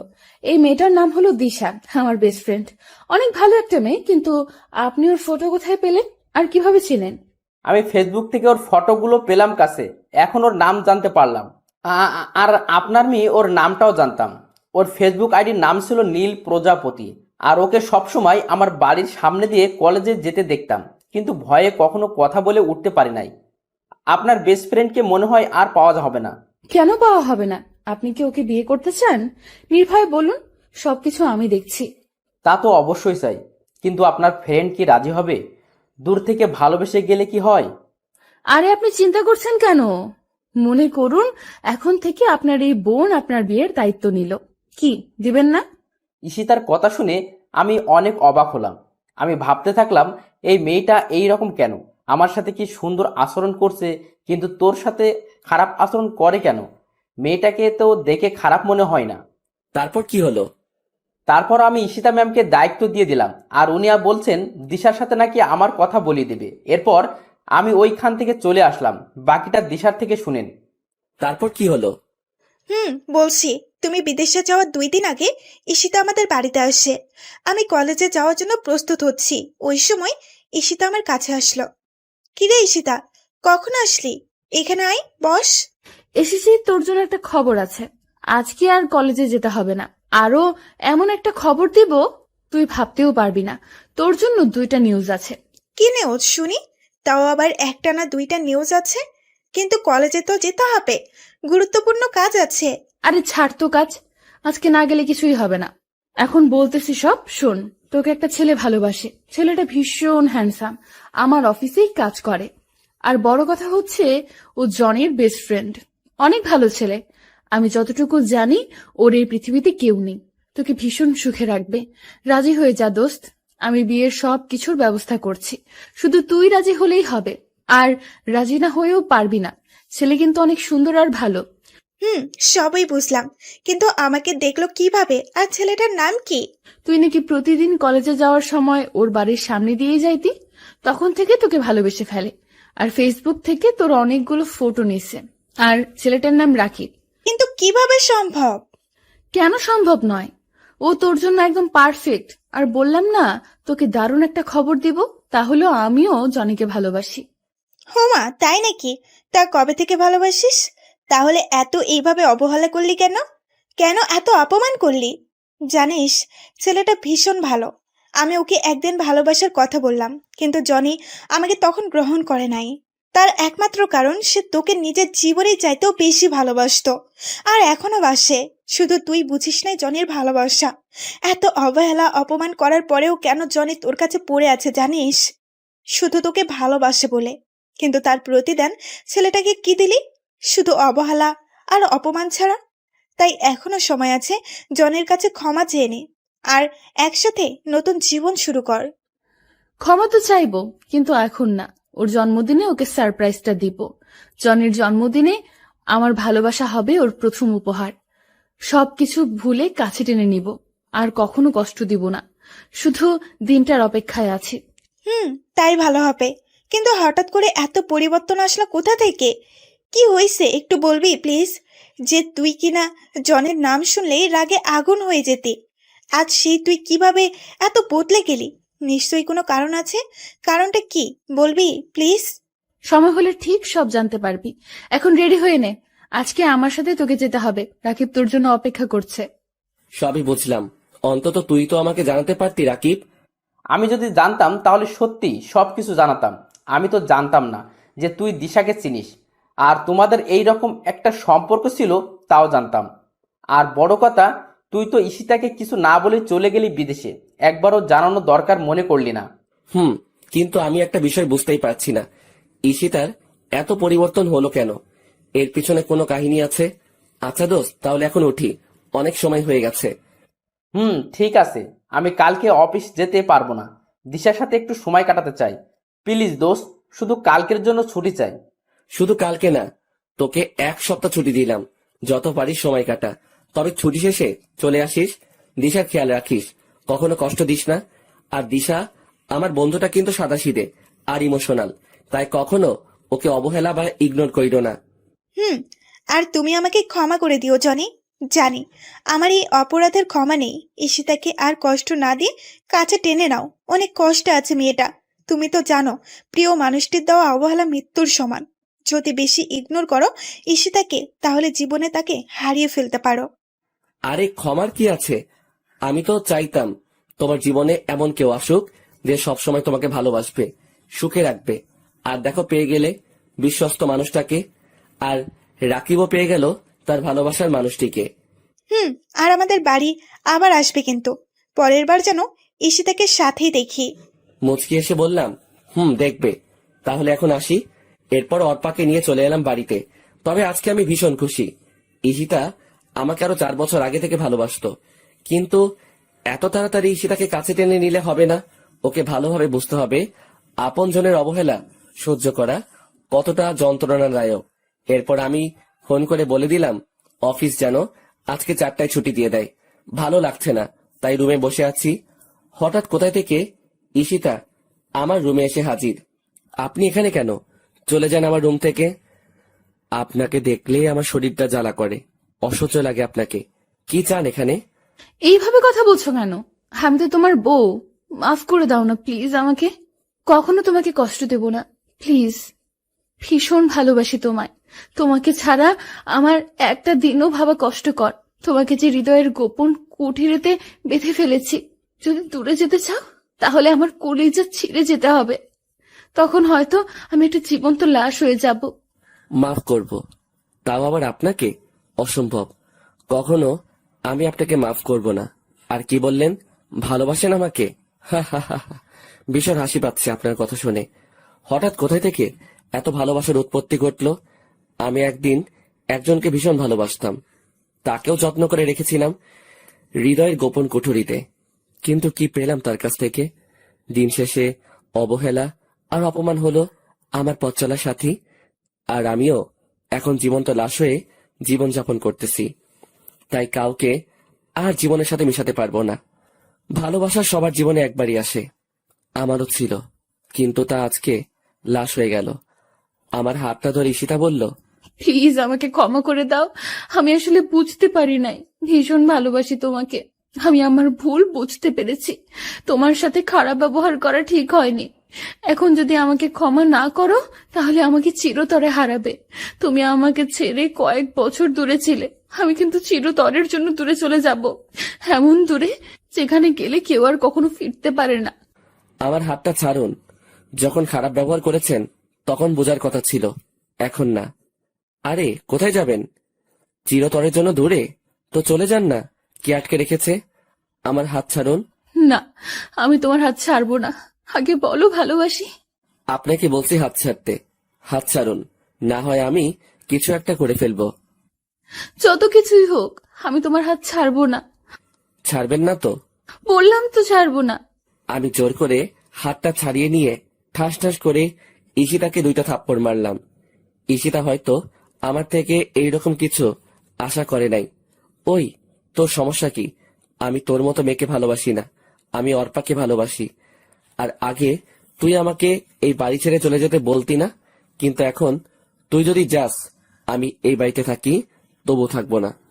এখন দূর হ আমার সামনে থেকে। আমার সামনে আসার চেষ্টা করবি না, তখন কিন্তু আরো খারাপ হবে তোর সাথে। যত সব নষ্ট মেয়ে কোথাকার।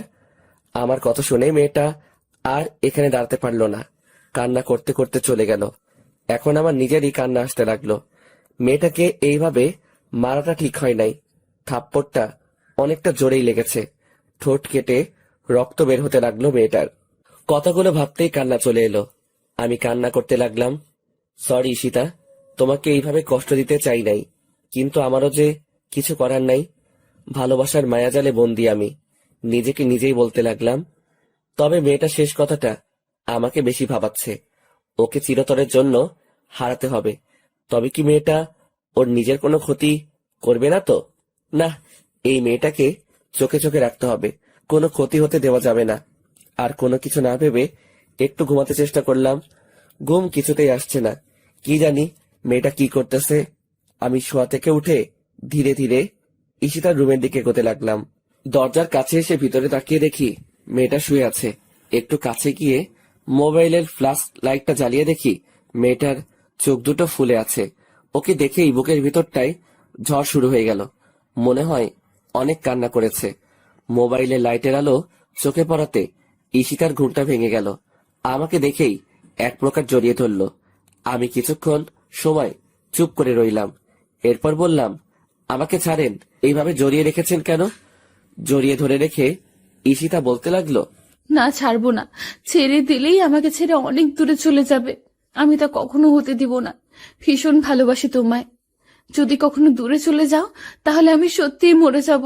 জানো, আজকে তোমার থাপ্পড় দেওয়াতে কষ্ট পাই নাই, কষ্ট পাইছি তোমার কথাগুলোতে। প্লিজ আমাকে মাফ করে দাও। কখনো তোমাকে ভুলতে পারবো না। আর যদি দূরে চলে যাও তাহলে আগে আমাকে শেষ করে দাও, তারপর চলে যাও। সবকিছু ভুলে আমাকে কাছে টেনে নাও। আচ্ছা যাব না, এখন ঘুমাও, শুভরাত্রি। তারপর আমিও ঈশিতার কাছ থেকে নিজেকে ছাড়িয়ে নিয়ে চলে আসলাম। আমার রুমে এসে শুয়ে পড়লাম। ঘুম থেকে উঠে আমি চমকে গেলাম। ঈশিতা আমাকে জড়িয়ে ধরে শুয়ে আছে। মেয়েটার দিকে তাকিয়ে দেখি ঠোঁটের কোণায় এখনো রক্তের দাগ লেগে আছে, আর গালে আছে 5 আঙ্গুলের দাগ। মেয়েটা আজকে ভীষণ মায়াবী লাগছে। অন্যরকম একটা মায়া কাজ করছে ওর মুখে। ওর মায়া ভরা মুখটা আমাকে ওর দিকে টানছে। তবু নিজেকে সামলিয়ে নিয়ে ঈশিতাকে ডাকতে লাগলাম, ঈশিতা, এই ঈশিতা, উঠো, এখানে কেন আসলে? আরে আমাকে ছাড়ো, অনেক বেলা হয়েছে, তাড়াতাড়ি উঠে পড়ো। ঈশিতা উঠে দেখে ও আমার বুকে মাথা দিয়ে শুয়ে আছে। আমাকে দেখে ভীষণ লজ্জা পেল ঈশিতা। আর আমার মুখে তুমি ডাকটা শুনে ঈশিতা অনেকটা বিস্মিত হলো। এরপর আমাকে ছেড়ে ঈশিতা দৌড়ে চলে গেল। এরপর আমি ফ্রেশ হয়ে নাস্তা করতে চলে গেলাম। নিচে ঈশিতা আর অর্পা দুইজন বসে গল্প করছে। আমি গিয়ে তাদের সাথে বসে পড়লাম আড্ডাতে। অনেক মজা হয়েছে। তবে ঈশিতাকে আজকে ভীষণ খুশি দেখাচ্ছে। মেয়েরা বেশি কিছু চায় না, শুধু নিজের ভালোবাসার মানুষটির কাছ থেকে একটু ভালোবাসা পেলেই তা তাদের জন্য যথেষ্ট। ঈশিতাও তার ব্যতিক্রম নয়। ঈশিতা কেন এত খুশি তা তো আমি জানি। এরপর সবাই মিলে নাস্তা করে নিলাম। নাস্তা শেষ করে আমি রুমে চলে আসলাম। অফিসে যাব তাই রেডি হতে লাগলাম। হঠাৎ করেই অর্পা আমার রুমে এলো। কিছু বলবে নাকি অর্পা? আমি অফিসে যাব, কিছু প্রয়োজন হলে বলো। না, আমার কিচ্ছুর প্রয়োজন নেই। তোমাকে একটা কথা বলতে চাই। আমি আর এখানে থাকতে পারবো না। বলো, কি বলবে? আর থাকবে না কেন? ঈশিতা কি কিছু বলেছে? তাহলে আমাকে বলো, তোমার সাথে কি খারাপ ব্যবহার করেছে? না, ঈশিতা কিছু বলে নাই। জানো, ঈশিতা খুব ভালো মেয়ে। আসলে আম্মু ফোন করেছে, আমাকে বাড়িতে যেতে বলেছে। আমার নাকি বিয়ে ঠিক করেছে। বিয়েতে আব্বু আম্মু সবাই রাজি আছে। আর আমার বিয়ের মধ্যে দিয়েই তারা আবার এক করতে পারবো। আর এর জন্য আমাকে যা করতে হয় করব। তবু আব্বু আম্মুকে এক করবই। যদি এর জন্য আমাকে বিয়ে করতে হয় তাতেও আমি রাজি আছি। আমি সব সময় তাদের সুখে দেখতে চাই। আর তোমাকে এইটাই বলতে এসেছি। আমি সবকিছু গুছিয়ে নিয়েছি। তুমি প্লিজ আমাকে বাস স্ট্যান্ডে নিয়ে আসো। ও, তা কবে ঠিক করলো বিয়ে? যদি তোমার বিয়ে করাতে আন্টি আঙ্কেল আবার এক হয় তাতে সমস্যা নাই, কিন্তু ছেলেটাকে কিরকম ছেলে স্বভাব? আর এখনই যেতে হবে নাকি? ছেলেটা খুব ভালো। আর ও হচ্ছে আমার মামাতো ভাই, আমার সমবয়সী। আব্বু আম্মু সবাই রাজি। এখন কি আমি না করতে পারি? আমি সব সময় তাদের হাসি খুশি দেখতে চাই। আর বিয়েটা কবে আমাকে এখনো বলে নাই, শুধু তাড়াতাড়ি বাড়ি ফিরতে বলেছে। তাহলে ভালোই হবে। আচ্ছা তুমি যাও, আমি রেডি হয়ে আসছি। আমি ভালোভাবে রেডি হয়ে নিলাম। এরপর নিচে এসে বসে রইলাম। অর্পা এখনো আসে নাই। নিচে ঈশিতাও বসে আছে। আমি ঈশিতাকে শুনিয়ে শুনিয়ে বলতে লাগলাম, আন্টি, আমি আজকে অর্পার সাথে চলে যাচ্ছি। আবার কখনো এই বাড়িতে আসা হবে কিনা জানি না। ভালো থেকো সবাই। আর কেউ একজন আছে এই বাড়িতে, তাকে বলে দিও আমি আর ফিরবো না। আমাকে দেখলে তো আবার তার সহ্য হয় না। ওইখানে অর্পাকে বিয়ে করে নিব। আমাদের বাচ্চা হলে তবেই ফিরবো। কথাগুলো ঈশিতাকে শুনিয়ে শুনিয়ে বললাম, যাতে ঈশিতা রাগ করে। আসলে আমার এইরকম কোনো চিন্তা ভাবনা ছিল না। ভাবলাম ঈশিতাকে রাগিয়ে অফিসে চলে যাব। এরপর অফিস থেকে আসার সময় তার রাগ ভাঙানোর জন্য যা করতে হয় করব। এরপর আমি আর অর্পা গাড়ি নিয়ে বেরিয়ে পড়লাম।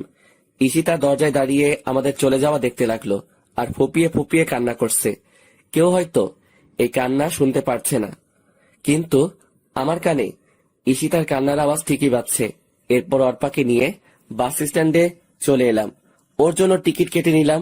10 মিনিট পরে বাস যাত্রা শুরু করবে। মেয়েটা মনে হয় কান্না করছে। ঠিকই ধরেছি, কিন্তু আমাকে বুঝতে দিচ্ছে না। আমি গিয়ে অর্পার পাশে দাঁড়ালাম। অর্পা আমার দিকে তাকিয়ে বলতে লাগলো, জানো জনি, আমি যাকে নিজের চাইতে বেশি ভালোবাসি সেটা হলো তুমি। ভীষণ ভালোবাসি তোমায়। ইংল্যান্ডে প্রথম তোমার সাথে আমার পরিচয় হয় নাই। আমি তোমাকে আগে থেকেই চিনতাম। এখন হয়তো প্রশ্ন রয়ে গেল, আমি তোমাকে কিভাবে চিনি। ফেসবুকে আমার একজন প্রিয় রাইটার ছিল, অনেক ভালোবাসতাম তার গল্পগুলোকে।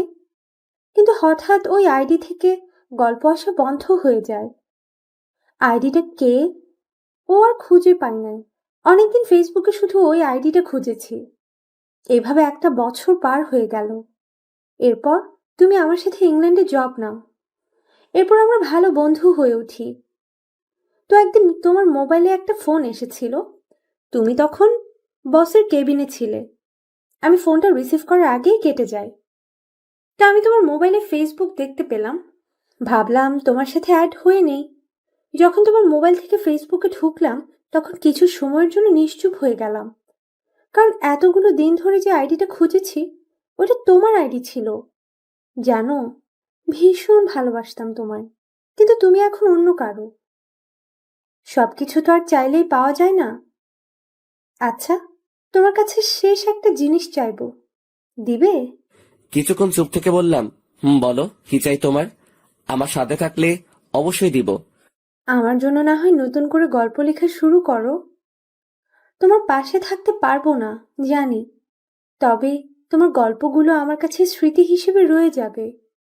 প্লিজ জনি, আমার শেষ ইচ্ছেটা পূর্ণ করো। আবার লিখবো গল্প, শুধু আমার বন্ধুটার জন্যই নতুন করে সবকিছু শুরু। তোমাকে ভীষণ মিস করবো অর্পা। আর কান্না করছো কেন? আমি তো সবসময় তোমার পাশেই আছি বন্ধু হিসেবে। নিয়তি চাইলে আবার দেখা হবে আমাদের। আর আমার সাথে যোগাযোগ রাখবা কিন্তু। জামাইকে পেয়ে আমাকে আবার ভুলে যেও না। আমার কথাগুলো শুনে আবেগের বশে আমাকে জড়িয়ে ধরলো অর্পা, আর কান্নার গতি আরো বাড়িয়ে দিল। আর আশেপাশে সবাই আমাদেরকে দেখতে লাগলো। এই অর্পা কি করছো? সবাই দেখছে তো, এখন ছাড়ো আমাকে। সবাই কি ভাববে? আমি আর তুমি বিষয়টা স্বাভাবিকভাবে নিলেও অন্যরা কিন্তু স্বাভাবিকভাবে নিবে না। আর তোমার বাস চলে এসেছে। আমাকে ছেড়ে দিয়ে মেয়েটা কান্না করতে করতে বাসে উঠে গেল এবং এমন সময় তার নিয়মে চলতে শুরু করলো। তার সাথে অর্পাও আমার থেকে দূরে সরে যেতে লাগলো। চোখের নিমিষে অনেক দূরে চলে গেল একজন প্রিয় মানুষ। শুধু ভালোবাসার মানুষই প্রিয় না, কিছু কিছু বন্ধু থাকে তার থেকে বেশি প্রিয়। আমি একটা দীর্ঘশ্বাস ফেলে ওইখান থেকে অফিসে চলে আসলাম। অফিসে কিছুতেই মন বসছে না। রাকিবও ছুটিতে আছে। রাকিব থাকলে মজা করা যেত। এইদিকে ঈশিতাকে তো রাগিয়ে চলে এলাম। মেয়েটা এখন কি করছে কে জানে। কোনো মতে দিনটা অফিসে কাটিয়ে দিলাম। সন্ধ্যার সময় বাড়ি ফেরার পথে ঈশিতার জন্য একগুচ্ছ গোলাপ ফুল আর অনেকগুলো ডেইরি মিল্ক নিলাম। গোলাপ আর চকলেট ঈশিতার অনেক প্রিয়, তাই রাগ ভাঙানোর জন্য এইগুলো নিয়ে নিলাম। এরপর আমি বাসায় চলে এলাম, কিন্তু অবাক করার বিষয় পুরো বাড়ি অন্ধকার। তাই আমি ধীরে ধীরে বাড়িতে ঢুকলাম। এরপর ঘরের বাতিগুলো চালু করলাম। কি ব্যাপার, বাড়িতে কাউকে দেখতে পাচ্ছি না। কোথায় গেল সবাই? আন্টি আঙ্কেলের রুমে গিয়ে তারা নেই, তাই আমি ঈশিতার রুমে গেলাম। রুমটা অন্ধকারে ছেয়ে আছে। এই অন্ধকার যেন আমাকে কিছু একটা ইঙ্গিত দিচ্ছে। আমি ঈশিতার রুমের বাতি দিলাম, কিন্তু ঈশিতাকেও দেখতে পাচ্ছি না। আজকে হলোটা কি? সবাই কোথায় গেল? হঠাৎ আমার চোখ গেল ঈশিতার রুমের টেবিলের উপরে রাখা একটা কাগজে। কিছু একটা লেখা আছে মনে হচ্ছে। আমি কাগজটা হাতে নিয়ে পড়া শুরু করলাম। প্রিয় জনি, চিঠিটা যখন পাবে তখন হয়তো আমি চলে যাব অনেক দূরে। এখন আর কেউ তোমার ভালোবাসা পাওয়ার জন্য বসে থাকবে না, কেউ আর তোমাকে ডিস্টার্ব করবে না। একটা কথা কি জানো, কথায় আছে মানুষ দাঁত থাকতে দাঁতের মর্ম বোঝে না। ঠিক তেমনি তুমি থাকতে তোমার ভালোবাসা আমি উপলব্ধি করতে পারি নাই। জানো, যখন তুমি একা বাড়ি ছেড়ে চলে গেছো তখন তেমন কষ্ট পাই নাই। কষ্ট পাইছি যখন তুমি আমাকে শুনিয়ে শুনিয়ে অর্পার সাথে চলে যাওয়ার কথা বলছো। জানো, এই দিনটাই আমার জীবনের সবচেয়ে খারাপ দিন ছিল। তোমাকে অবহেলা করতে গিয়ে কখন যে ভালোবেসে ফেলেছি নিজের অজান্তে, তা ঠিক আমি নিজেই জানি না। এখন তুমি হয়তো ভাববে যে মেয়েটা তোমাকে এত অবহেলা আর অপমান করতো সে আবার ভালোবাসে কিভাবে। তাহলে শোনো, তুমি যখন বিদেশ যাবে তার একদিন আগে আমি একটা খবর পাই। হয়তো ভাববে কি এমন খবর। আসলে ওই দিন যে আমি পার্টিতে ড্রিঙ্ক করে মাতাল হয়ে যাওয়াতে যে ছেলেটা আমার দুর্বলতার সুযোগ নিতে চেয়েছিল তার সাথেই আমার পথে দেখা হয়। মনে আছে তোমার? আমি ঠিক ওই 4 বছর আগের কথা বলছি। তখন আমি ছেলেটার থেকে সব সত্যি জানতে পারি, আর আমার জন্যই তুমি আমার ইচ্ছেটা পূরণ করলে। আসলে আমি ঘোরের মধ্যে থাকায় কিছুই বুঝতে পারি নাই। আমি ভাবলাম তুমি আমার সাথে মিথ্যে কথা বলে আমার সবকিছু কেড়ে নিতে চেয়েছো। এরপর যখন তুমি বাড়ি ছেড়ে চলে যাও, ওই দিন তেমন কষ্ট পাই নাই, কারণ তখন তুমি কোনো মেয়ের সাথে চলে যাচ্ছ না। কিন্তু আজকে অনেক কষ্ট পাইছি। আজকে তো অর্পার সাথে চলে যাচ্ছ। এখন হয়তো ভাববে এত কথা বলার মানেটা কি। একটা মানে অবশ্যই আছে, আর তা হলো আমি তোমার থেকে চলে যাচ্ছি অনেক দূরে। আমি বিষ খেয়েছি। এই দেখো, একদম কান্না করবে না। অর্পা মেয়েটা খুব ভালো, তোমার ভালো খেয়াল রাখতে পারবে। আমাকে যদি ভালোবেসে থাকো তাহলে কখনো নিজেকে কষ্ট দেবে না, সব সময় হাসি খুশি থাকার চেষ্টা করবে, আব্বু আম্মুর খেয়াল রাখবে আর নিজের প্রতি যত্ন নিবে। ইতি, তোমার ঈশিতা। চিঠিটা পড়ার পর যেন একটা ঘোরের মাঝে ছিলাম। সবকিছু যেন মাথার উপর দিয়ে চলে গেল। চোখ থেকে টপ টপ পানি ঝরতে লাগলো। চোখের পানিগুলো চিঠিতে পড়াতে চিঠিটা ভিজে ছিঁড়ে গেল। আমি বসে পড়লাম খাটে। সবকিছু এখনো জল্পনা, সবকিছু এখনো কল্পনা মনে হচ্ছে। মনে হয় আমি স্বপ্ন দেখছি। কেন এমন করলে ঈশিতা? এতগুলো দিন অপেক্ষা করলে আমার জন্য, আর শুধু আজকের দিনটা অপেক্ষা করলে কি হতো? আসলে তুমি আমাকে কখনো ভালোবাসো নাই। যদি ভালোবাসতে তাহলে আমাকে ছেড়ে যেতে না। আসলে কি জানো ঈশিতা, সত্যিকারের ভালোবাসাগুলো খুবই অসহায়। শুরু হয় যদিও সুখের মাঝে, কিন্তু শেষটা হয় দুঃখের। ভালোবাসি তোমায় ঈশিতা, খুব ভালোবাসি। এইভাবে একা করে না গেলেও পারতে। কতগুলো বলতেছি, এমন সময় মাথাটা ঘুরে উঠল। চোখ দুটো ঝাপসা হয়ে আসছে। মনে হয় আর কিছুক্ষণ পরই চিরতরে চোখ দুটো বন্ধ হয়ে যাবে। এরপর কি হলো ঠিক মনে নেই। এরপর নিজেকে আবিষ্কার করলাম হাসপাতালে। চোখগুলো ঠিক মতো খুলতে পারছি না। ধীরে ধীরে চোখ খুললাম, কিন্তু কাউকে দেখতে পাচ্ছি না। এরপর একজন ডাক্তার আসলেন। অভিনন্দন। আমি একটু ভ্রু কুঁচকে ডাক্তারের দিকে তাকালাম। ও, আপনি তো জানেন না। অভিনন্দন এই কারণেই দিলাম, আজকে 47 দিন পর গোমা থেকে ফিরে আসলেন। আপনাকে 50 দিনের সময় দেওয়া হয়েছিল। যদি 50 দিন পর গোমা থেকে না ফিরতেন তাহলে আর কখনো ফেরানো হতো না। আপনার ভাগ্য ভালো ছিল আর আল্লাহ তাআলার সহায় ছিলেন। সবই বুঝলাম, কিন্তু আমার বাড়ির সবাই কোথায়? হঠাৎ করে মাথাটা চক্কর দিয়ে উঠল।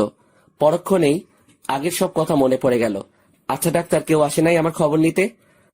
ছিল তো। আপনার সমবয়সী একজন মেয়ে ছিল, প্রতিদিন আসতো আপনাকে দেখতে, আর ঘন্টার পর ঘন্টা দাঁড়িয়ে থাকতো আপনার বেডের পাশে আর কান্না করতো। আজকে কি সেই মেয়েটা এসেছে? না, এখনো আসে নাই, তবে প্রতিদিন এই সময়ই আসতো। আজকে কেন দেরি করছে বুঝতে পারছি না। আচ্ছা, এখন আমাকে যেতে হবে। আর হ্যাঁ, আপনার এখন চলাফেরা বারণ। একদম চলাফেরা করার চেষ্টা করবেন না, কারণ আপনি এখনো ঠিক মতো সুস্থ হয়ে ওঠেন নাই। Take care. ধন্যবাদ ডাক্তার। এরপর আমি বেডে শুয়ে রইলাম আর ভাবতে লাগলাম কি থেকে কি হয়ে গেল। কিভাবে নিয়তি আমার সাথে এইভাবে মোড় নিল। নিভে গেছে সব আলো, সব ভালোবাসা। কথাগুলো ভাবতে গিয়ে চোখের পানি জমে গেল। এরপর হঠাৎ কারো উপস্থিতি টের পেলাম। সামনের দিকে তাকাতেই হা করে রইলাম। আমার পৃথিবীতে আবার আলো জ্বলতে শুরু করলো। আমি শুধু চেয়েই আছি। কি হলো মিস্টার, হা করে তাকিয়ে আছেন কেন? ভূত দেখলেন নাকি? তুমি? আমি আমার কিছু না বলে বেড থেকে উঠে যাওয়ার জন্য হাতে যে স্যালাইনের লাইনটা ছিল তার টান দিয়ে খুলে ফেললাম এবং উঠে ঈশিতাকে জড়িয়ে ধরতে গেলাম, কিন্তু আমি সক্ষম হলাম না। ঠিক মতো না হাঁটতে পারায় পড়ে যেতে লাগলাম। ঠিক তখনই ঈশিতা আমাকে ধরে ফেলে। এরপর আমাকে এনে বেডে বসিয়ে দেয় আর ঈশিতাও আমার পাশে বসে। আমি সাথে সাথে ঈশিতাকে জড়িয়ে ধরে কান্না করে দিলাম। আর কি হচ্ছে কিছুই বুঝতে পারছি না। ঈশিতাও আমাকে জড়িয়ে ধরলো। হাই পাগল, কান্না করছো কেন? আমি তো এখানেই আছি। এই দেখো, তোমার ঈশিতার কিছুই হয় নাই।